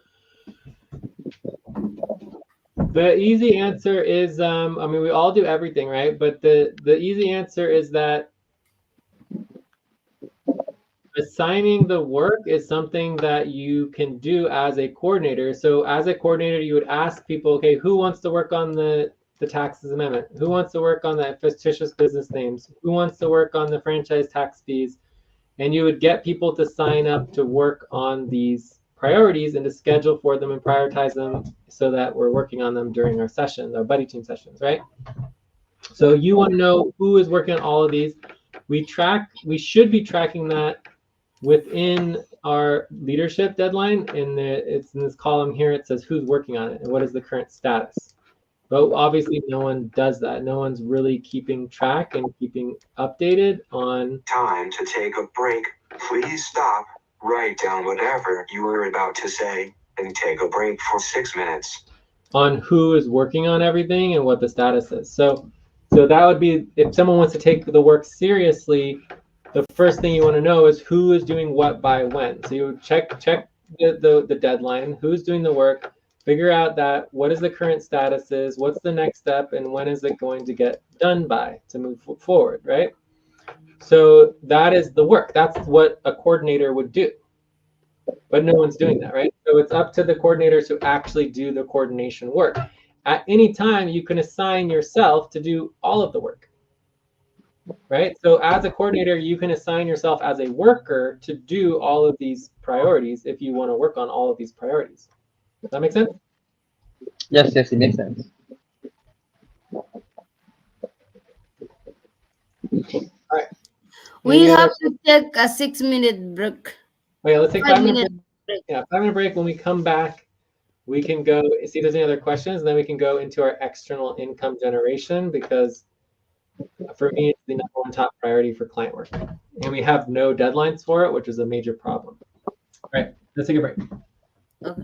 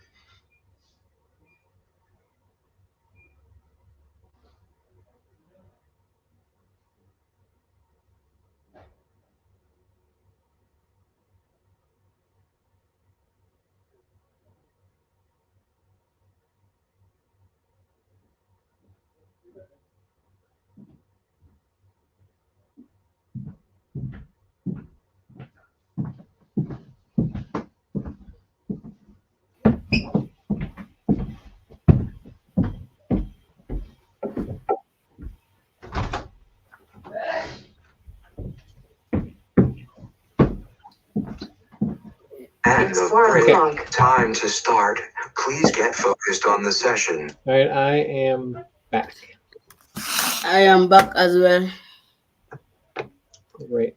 So, so we have 4 types of. Wait, are there any other questions before we go into the external income generation? For me, no, maybe Kenny. Right. So we'll see when Kenny gets back. And also I just want to mention that we are adding policy training for being back to break on time. And we have to start break on time, start break on time, and we need to be back from break on time, right? Okay. So we need to think about what it means to be 1 minute, 3 minutes, 6 minutes, over break. Anyway, we'll figure it out. So anyway, so for the client priorities that don't have deadlines, the external income generation is by far the most important, and it's a major, major problem. And we also have a proposal for addressing this problem. Require the team to work on external income generation every week.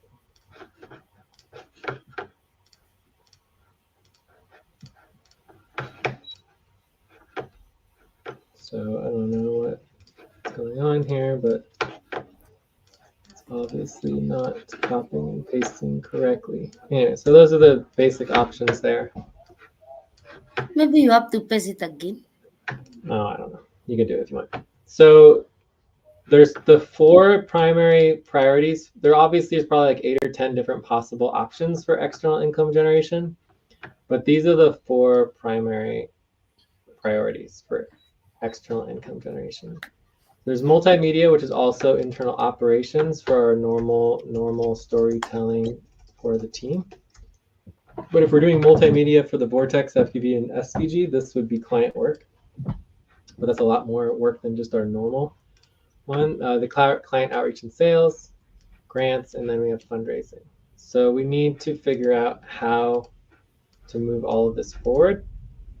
Because if we don't bring in external generation, then our payroll will endlessly go down, down, down. So we can do everything we can to do client work and be able to get our current pay, but the payroll always goes down. So if we have no external income, then Pause. our Please budget, stop. Close your by eyes. definition, Count 1, must go 2, down. 3, 4, 5. Open your eyes. Does that make sense? Yeah. So we all get paid less. Yes, no. You must get paid less without external income generation because we have a fixed budget, right? Our budget can't change. The only other thing that's there is another category of work, which is indirect income generation, and one option for that is obviously the POS and the assets and trading. So it's technically possible to get more money from our assets. The problem with this, of course, is that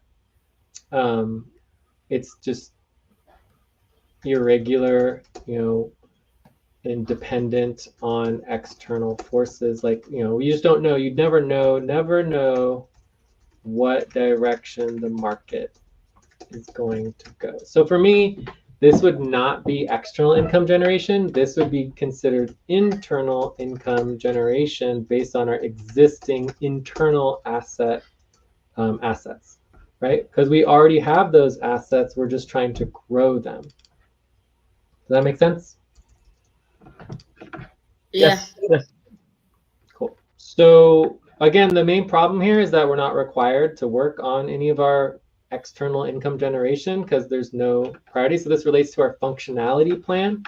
To get functional, we must have deadlines for everything that is essential, and external income generation is essential if we want to continue to get paid or to get paid more money. So if we want to get paid this month, we have to do the client work. If we want to get paid the same amount this month as we did last month, we need to have external income generation. Okay, so the current proposal is require the team to work on external income generation regularly. So we have to decide, is it going to be twice per week, weekly, bi-weekly, 3 times a month? I mean, the more the better. Right now, the only thing we have is quarterly for grants, but the portfolio rebalancing really doesn't even count, right? Because that's more like internal portfolios. So that's all I really need to say on this. So I don't know if there's questions or what we want to do, but this is the job. How do we figure out how to get the external income generation? How do we get ourselves working on this? We almost scheduled last week for grants, but me and Lucy, it didn't happen in the end, so which is unfortunate. But we need to be scheduling for all of these regularly, otherwise it's never going to happen. Time for breath. And also there's another Please problem. Stop and get ready. Now inhale, 1, 2, 3, exhale, 1, 2, 3, pause. Inhale together, 1, 2, 3, exhale, relax. So the obviously problem with this proposal is that it does not require work to be completed, right? So if we work on something every week and never get it done, we never bring in external income, right? So then the other question would be, okay, deadlines to work on external income generation. And the other thing is actual deadlines to complete the work for external income generation. So I believe right now we do have one deadline, which is the grant, which is the quarterly grant deadline.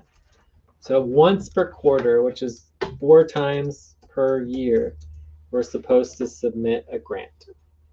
So we might, if we follow this particular deadline, maybe in like, 6 to, well, let's say 0.5 to 2 to 1.5 years, we would see money coming in. Our current deadline is very, very slow, right? And overall, just so you know, Kenny, the team is very adverse to setting deadlines. So when we do set deadlines, typically the deadlines that we set are what I would say are very, very minor, right? Like they're very low level, like once a quarter working on a grant. Maybe we'll see some money from that in a year or so, right? So, but it's better to have the deadline than nothing. And just because we have a deadline doesn't mean we can't do way more work than the deadline, right? That makes sense? Unfortunately for us, yes, it makes sense.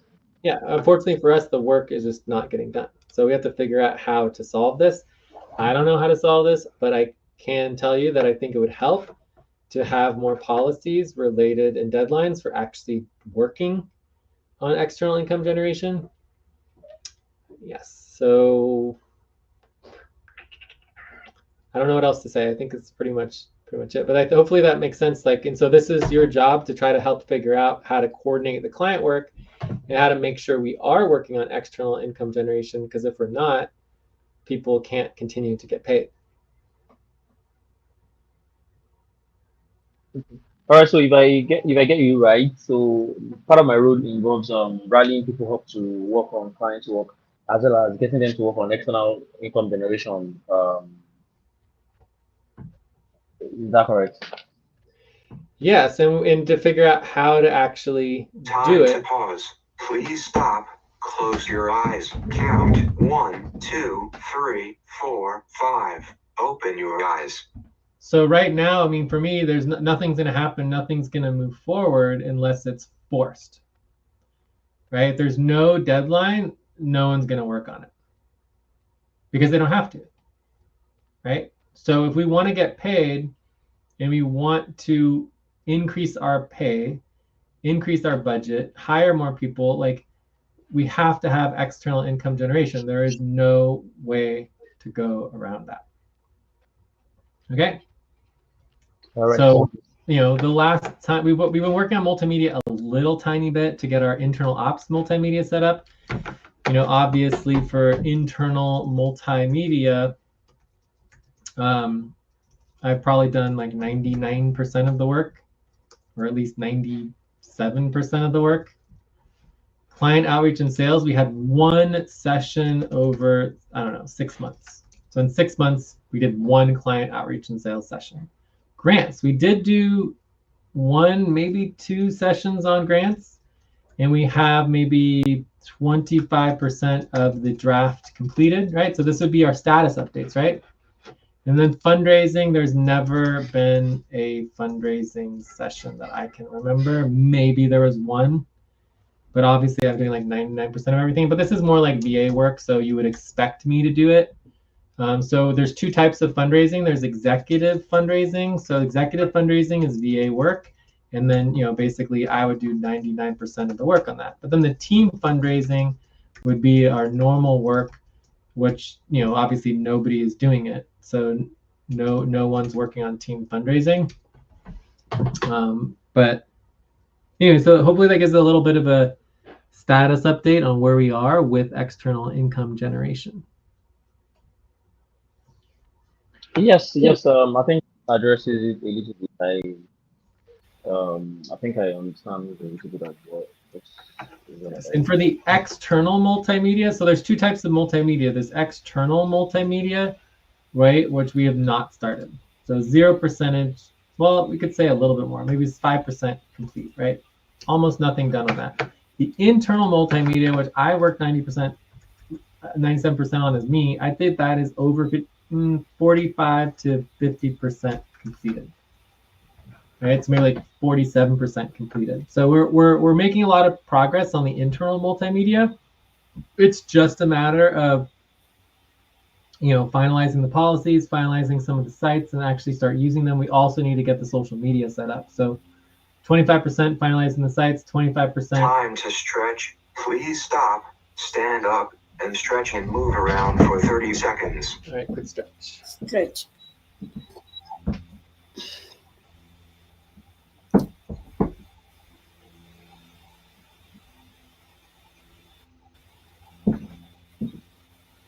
All right, so as I was saying, 25% finalizing the sites, 25% of the time finalizing the social media, okay? So I could start going into the plans if you want to and just kind of give an overview of what the work is that need to get done for the external income generation. Do you want me to do that, or should we just call it a day? Oh yeah, sure. You can go deep into the You still have 9 minutes. Okay, so the only other 2 things that I need to wrap up and go. I don't have longer. We've been doing what do we got? Let's see what our time is at. We are at 2 hours. So we had 2.5 hours, yeah. And if we want to do COBOL, it's good to stop. So the only other things I can start going into the details of what exactly needs to get done for the external income generation, which I think is the #1 top priority for all client work. So I think it should be our #1 top priority because, I don't get paid unless we have external generation of income, and everyone else can't get paid what they want to get paid if we don't bring in more money and hire more people, right? So it'll just be easier to pay everybody if we have more money, right? It's so much easier and better. The second thing is the client coordinator position. You're required to have a client position sheet. So my assumption is that Ate did not do one, so that it doesn't exist. So we need to create a spreadsheet for client coordination. I do have an example for client coordination spreadsheet. So you can see I created the client coordination spreadsheet. Let me search. Yeah, try to search for it. Client. So here's our positions tab. On our positions spreadsheet, it should have all of our links to all of the position sheets. So we have SVG client coordination sheet. SVG client coordination sheet. Yeah, but that's not the position. That's not the client coordinator position. But you would definitely want to link that. That's definitely helpful information to have. All right, so the current pay positions, so linked updates. So the eval coordinator sheet is the only one that I know of that we have so far. So you can see in the eval coordinator, oh, great, the eval coordinator sheet is not even accessible. Share. And anyone with a link can edit. Time to pause. Middling Stop. Close your eyes. Count 1, 2, 3, 4, 5. Open your eyes. So you want to have your list of priorities. We went through all the priorities. You copy and paste and have a tab for all your priorities. You know, the basic info, you probably would have, you know, policies that you want to be overseeing and making sure we're following. What is the current status of the work that we're doing? Processes that you oversee, responsibilities that you oversee. What is the current plan for who's doing the work by when, right? So you, as a coordinator, you want to be getting organized with all of your oversight roles. Okay, does that make sense? And we're not really doing a very good job of that. Anyway, so let's go. Any questions about the client coordinator position itself and getting organized as a client coordinator? We'll go over more coordination in the future. Well, at the moment, no. But I think after the session, I will still go over.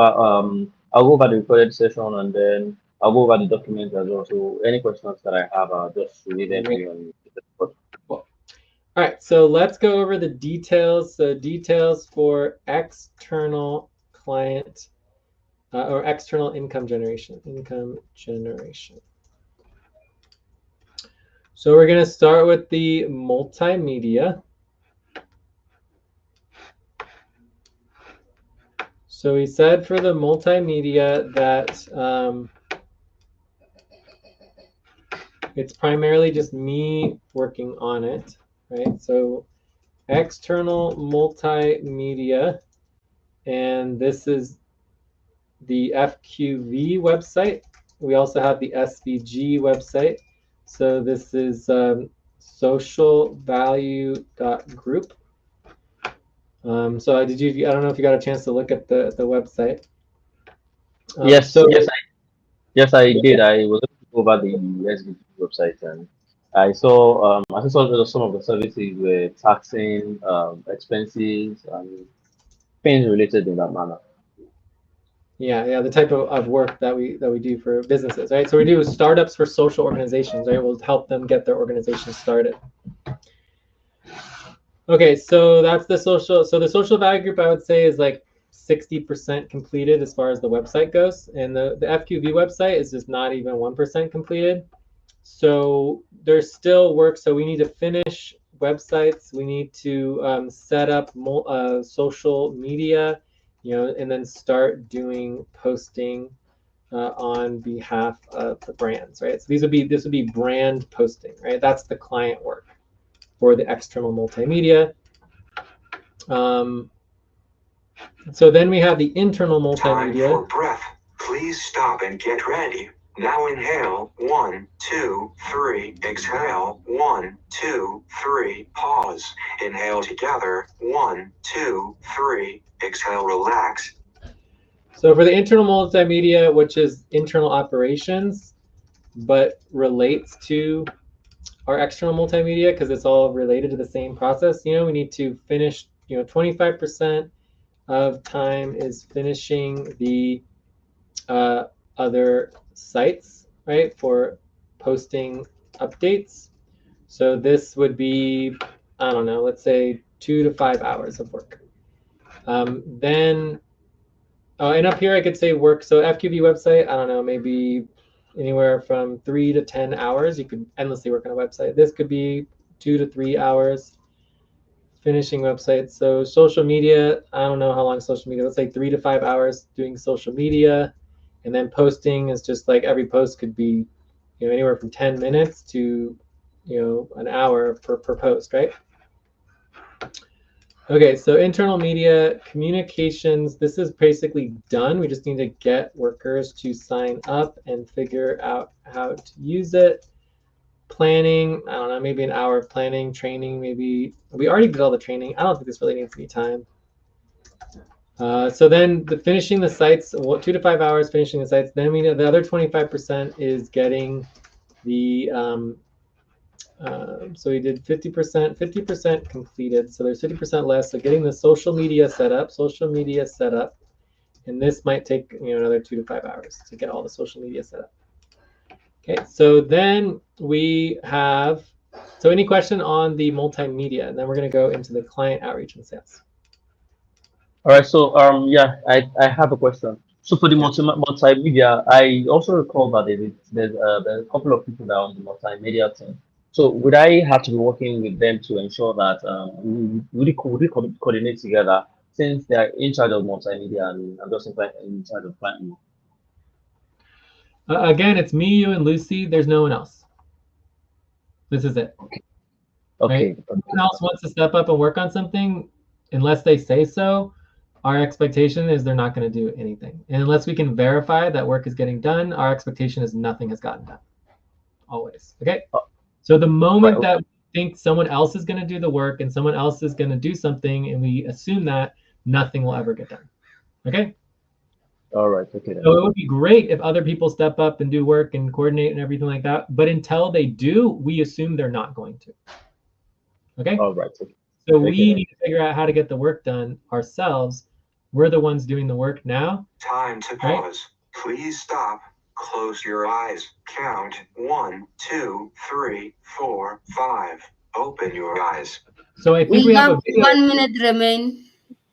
Yeah, it looks like we do have a video recording for this. So one task I would say related to the client coordination position is once you create the client spreadsheet to make sure this introduction to client coordination video is included, right? Because I think this is a great video for people to, like, Kenny, you're the current client coordinator, but that could change.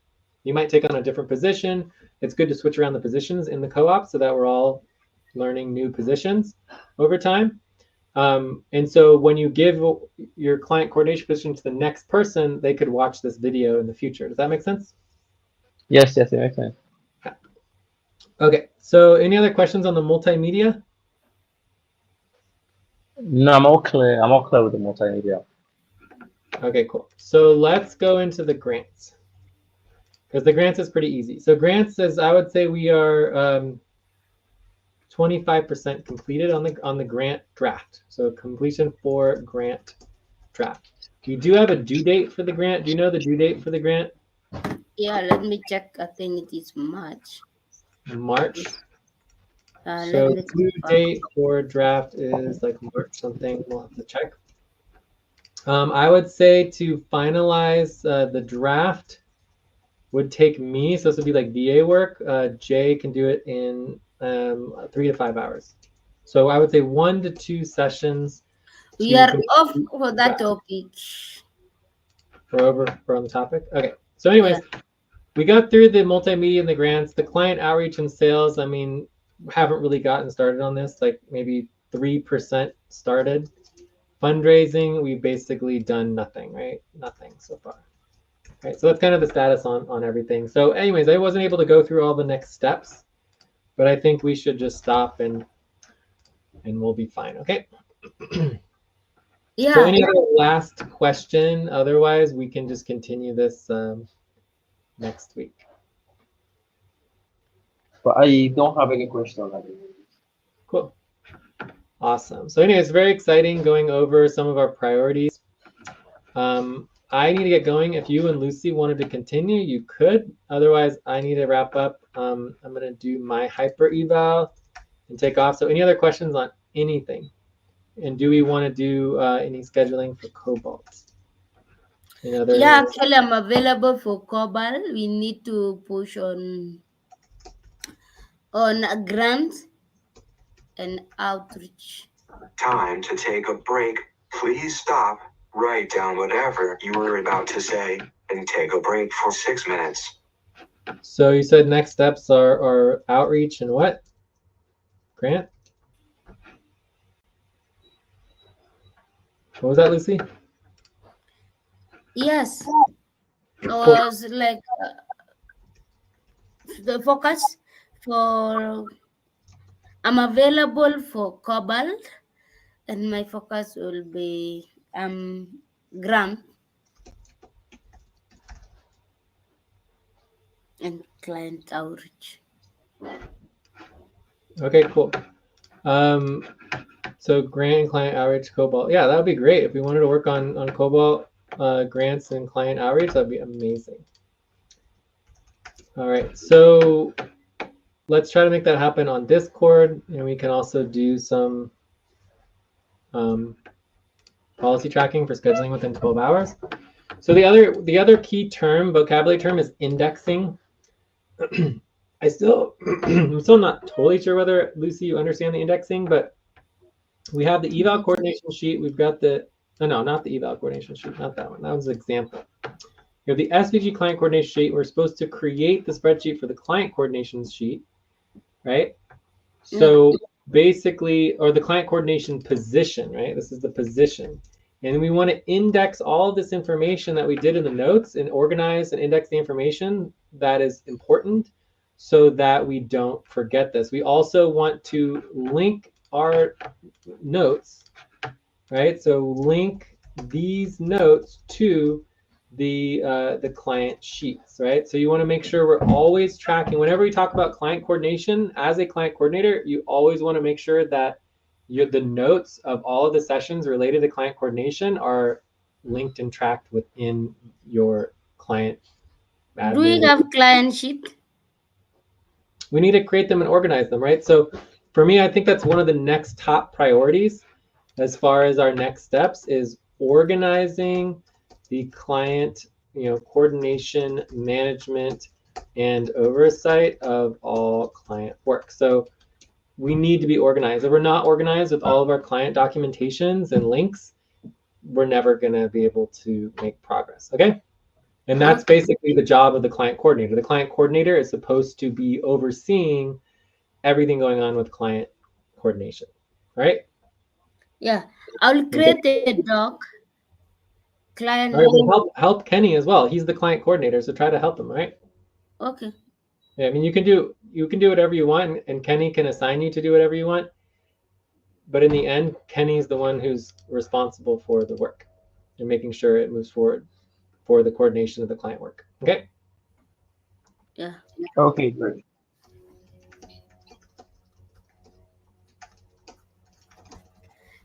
Okay, All right. can we do it now?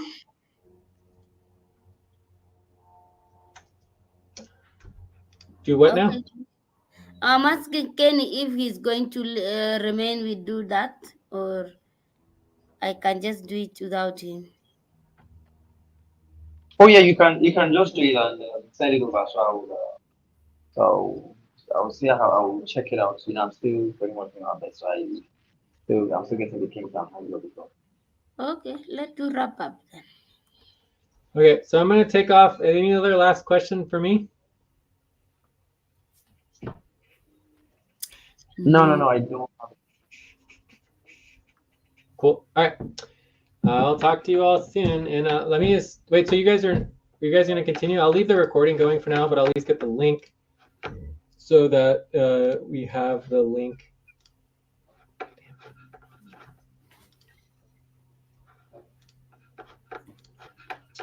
For the recording.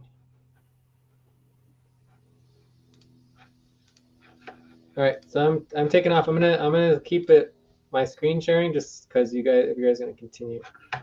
And just get this right here. All right, so there's the link.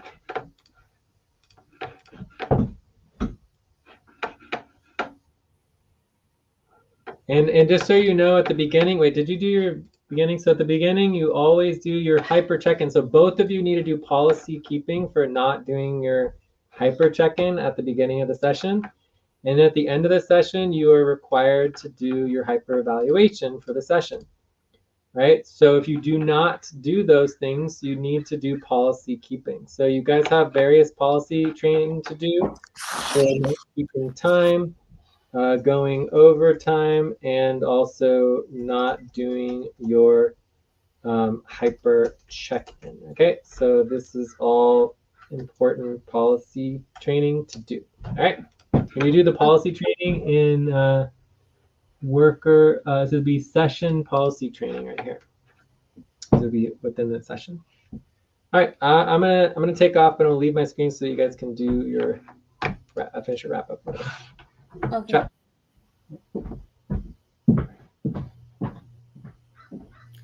Okay, Kenny. Let's just do quickly Okay. create the doc. Let me share my screen. All right. Just you need to create your doc. End It's of 4 o'clock. break. Time. So, Please get focused on the session. okay. First we need to agree on the topic. You need to follow the policies. Instead, we'll have to. I'm going to focus, then put on under 1.4.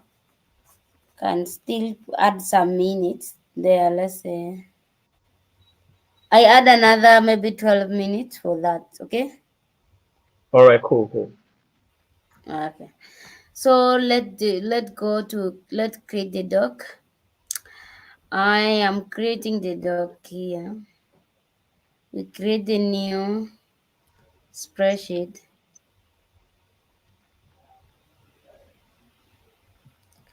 So he said we should call the spreadsheet. The name of the spreadsheet is. mm, where is our note? The name of the spreadsheet. Yes, it will be Launch coordination. client coordination position. This one. I think that one. Then first client coordination position spreadsheet. That is it. I must put the spreadsheet. Then I should share. I have to put anyone with the link. Let me add J Life. Then okay, I share this again. Anyone, anyone with the link can edit. And then I put J. I transfer my ownership because this is not the email for the company. So the next thing, why I said what this is done. Put here done. I can even link the spreadsheet and link that spreadsheet. Where is it? Where is it? On our note. On our note.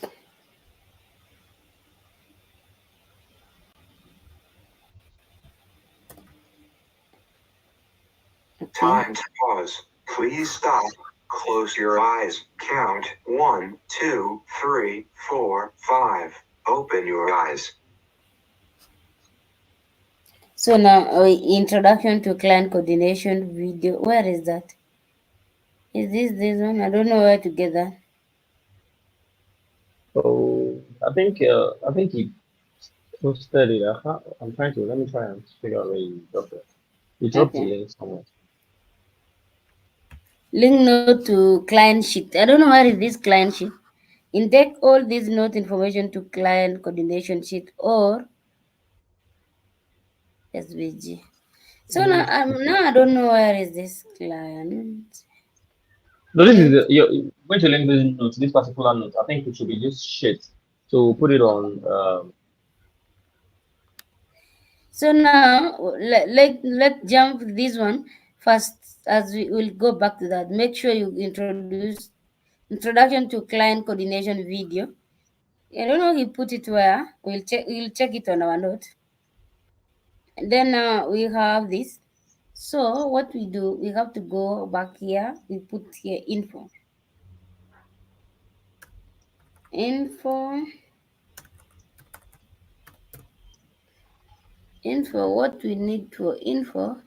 We can link this note as well.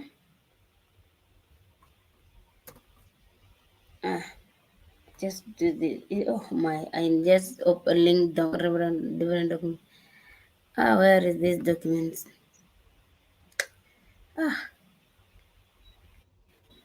I want to link this document there. At least someone can get it under this. Then, we need to have the note.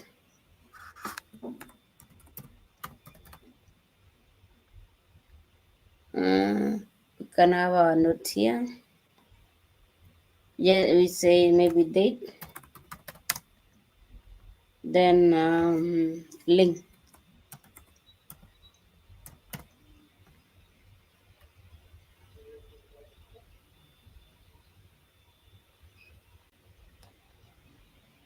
Okay.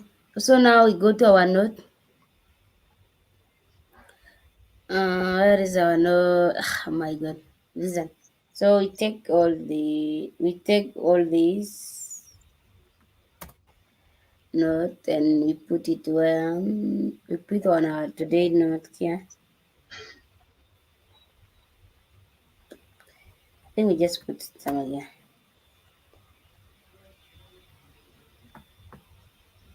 Time for breath. Then you Please can stop. put Get link ready. here. Now inhale. 1, 2, 3. Exhale. 1, 2, Okay. 3. Pause. Inhale together. 1, 2, 3. Exhale. Relax. So put the link here. Let me shorten the link.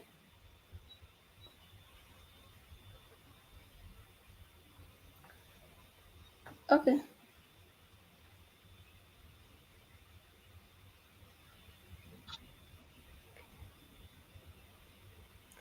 Just see note. Let me say note. The link. You will organize your documents. I'm just putting it. You will organize it the way you understand it clearly because this is your positions. You have to know what you need to do or need to be done for you to have information in a right, correct order. So again, now we are done with this one. Now we need to index the note. All is index all this information. hmm So all the information. I think starting from here, all this information. I don't know where to start. Is it all these all client?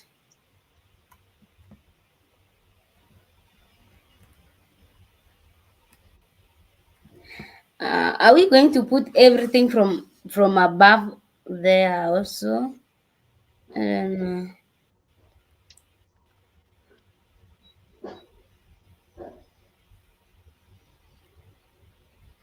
Can you able to understand it from all above from this side? Client work, all this. I think for me, I feel like you can just take this information from here, then you put it.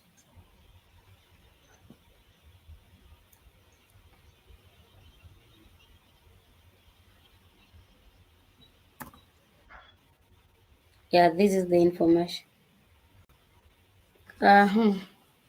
How do you call this one?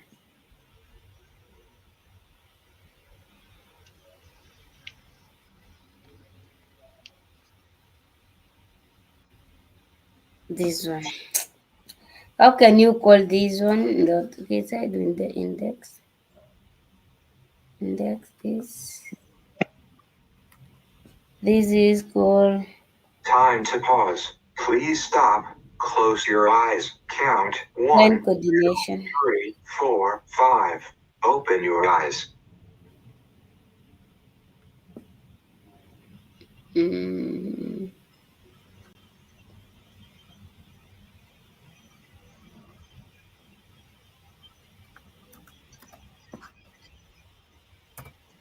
How can you call this one so you can remember all this information? Coordinate.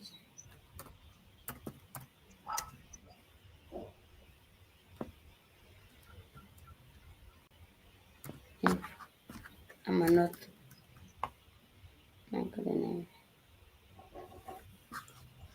Then we are done with that one. So if you want the whole information for today, we have the link here. You can go back and read. Now, what I need to know now is let's go back now. Can you we need to search for the video link for this?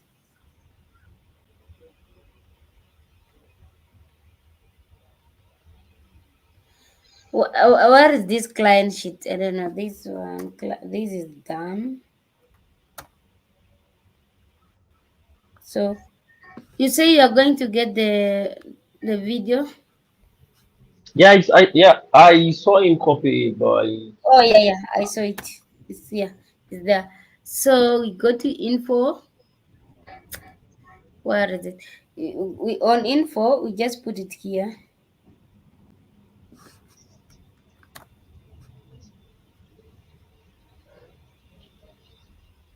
Then we put or we just write training.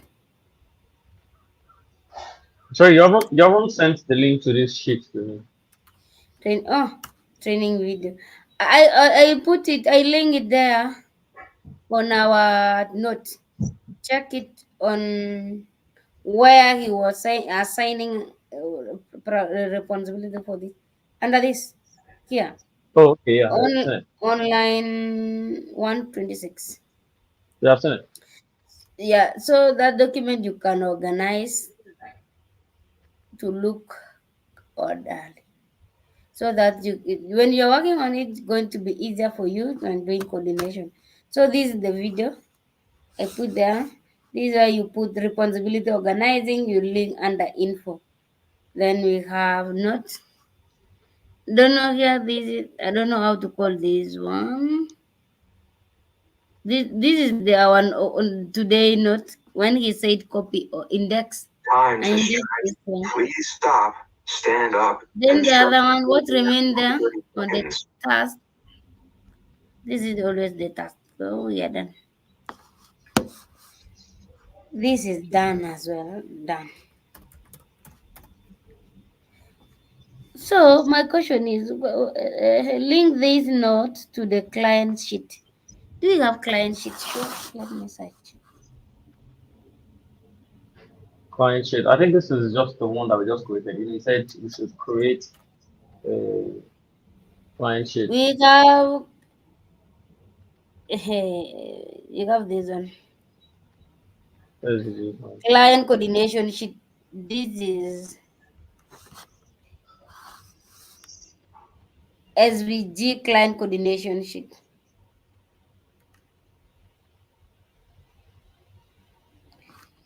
I don't know whether we need to put it on this or we have to create client coordination sheet without that.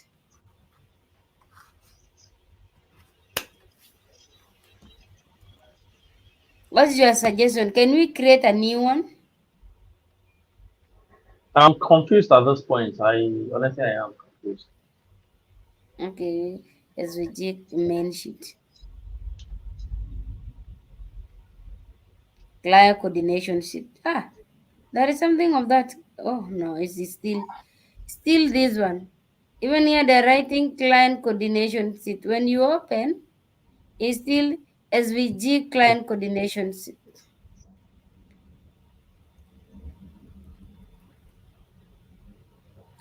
And he just link this and he just create this, which he will created, link this information, link these notes to the client sheet. Index. Okay.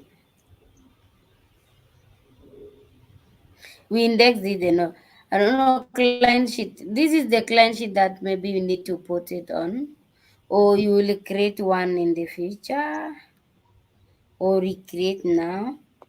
I don't know where. Let's see where they usually link the notes. Here, important session note. So you will get the notes here, right? I link this sheet on on client work. If you want to get this sheet, it is here. Client coordination sheet. So I link the note to our note today note there as well. This is Time where to it use. they ask Please you. stop. Close your eyes. Count 1, 2, 3, 4, 5. Open your eyes. Let me go back here. No, in session note. FAG main sheet. Ah, this is main sheet. Client. No, client coordination sheet. I link these notes here. So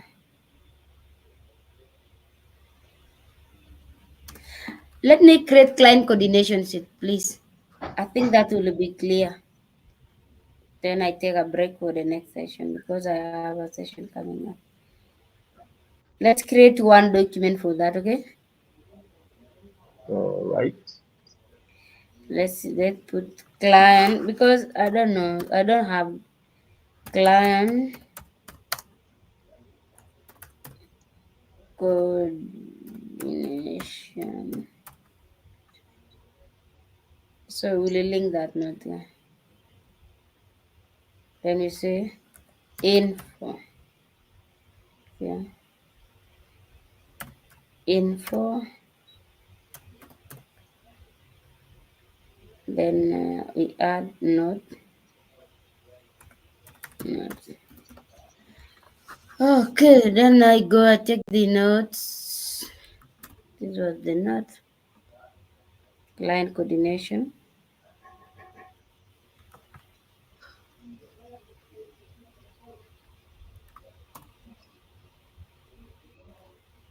Then I put session notes. I think then I now link these documents on the other document that I gave you before, this one, under info here.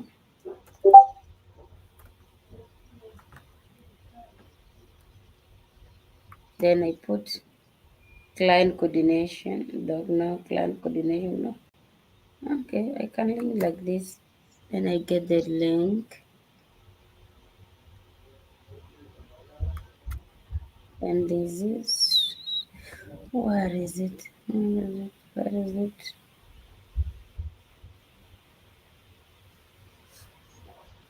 Mm-hmm. Oh my god, where do I put this one? This one. Then I link the note. So I copy this info. Should be Time also for. Please on stop the and get ready. Now inhale. 1, 2, 3. Exhale. 1, 2, 3. Pause. Inhale together. 1, 2, 3. Let me Exhale. make this shareable so that you can get it, and I link all this document on one place. Always you make the doc, you make sure you transfer the ownership. No, and now I'm transferring, I'm sharing. I want to transfer the ownership to JLive. Send. Go back.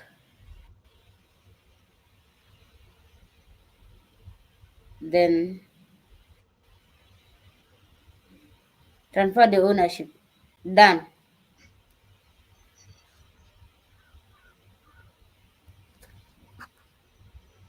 I think we are done now.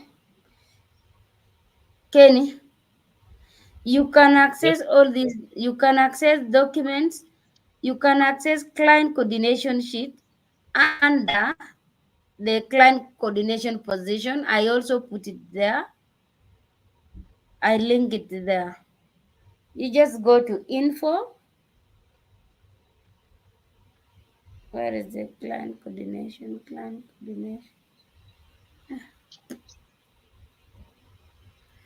This is client coordination. Yes, this one, client coordination position. If you open that document, you have client coordination spreadsheet. So this is where you will always do your thing. So I linked for you. You can as well link this under client coordination. You can link position as well here, so that when you are here, you get this document. When you are there, you get the document.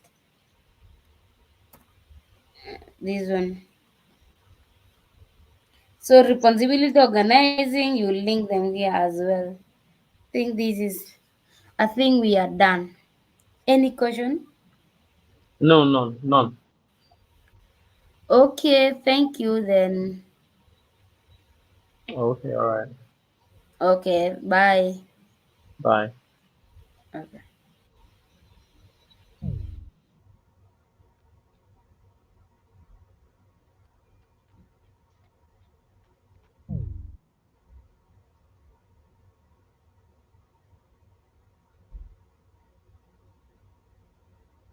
Time to pause. Please stop. Close your eyes. Count 1, 2, 3, 4, 5. Open your eyes.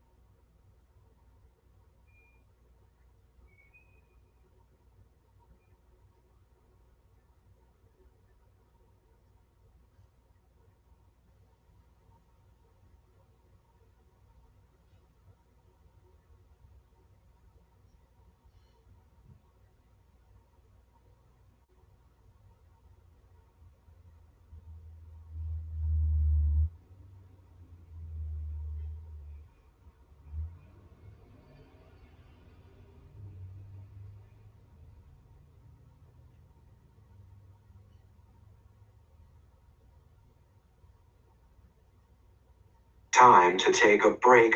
Please stop, write down whatever you were about to say, and take a break for 6 minutes.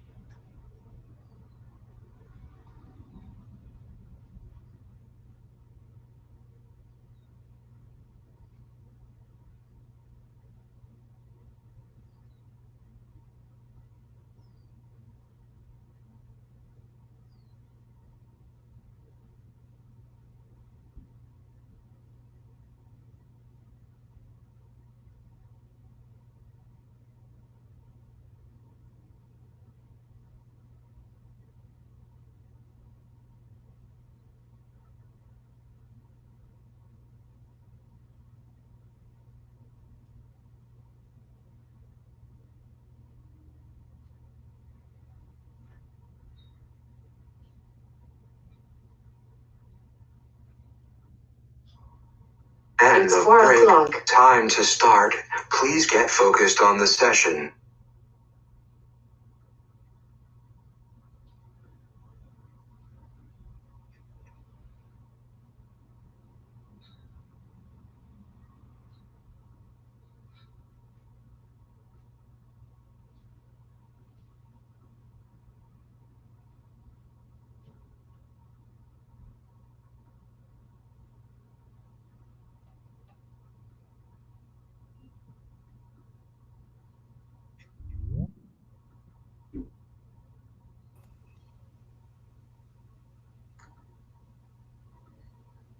Hello, Jay. I'm listening now.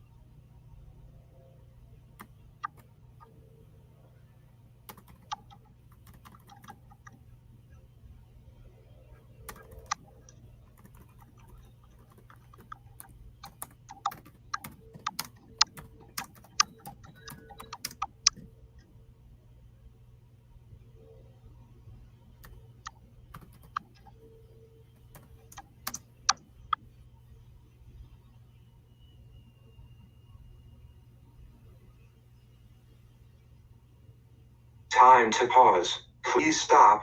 Close your eyes. Count 1, 2, 3, 4, 5. Open your eyes.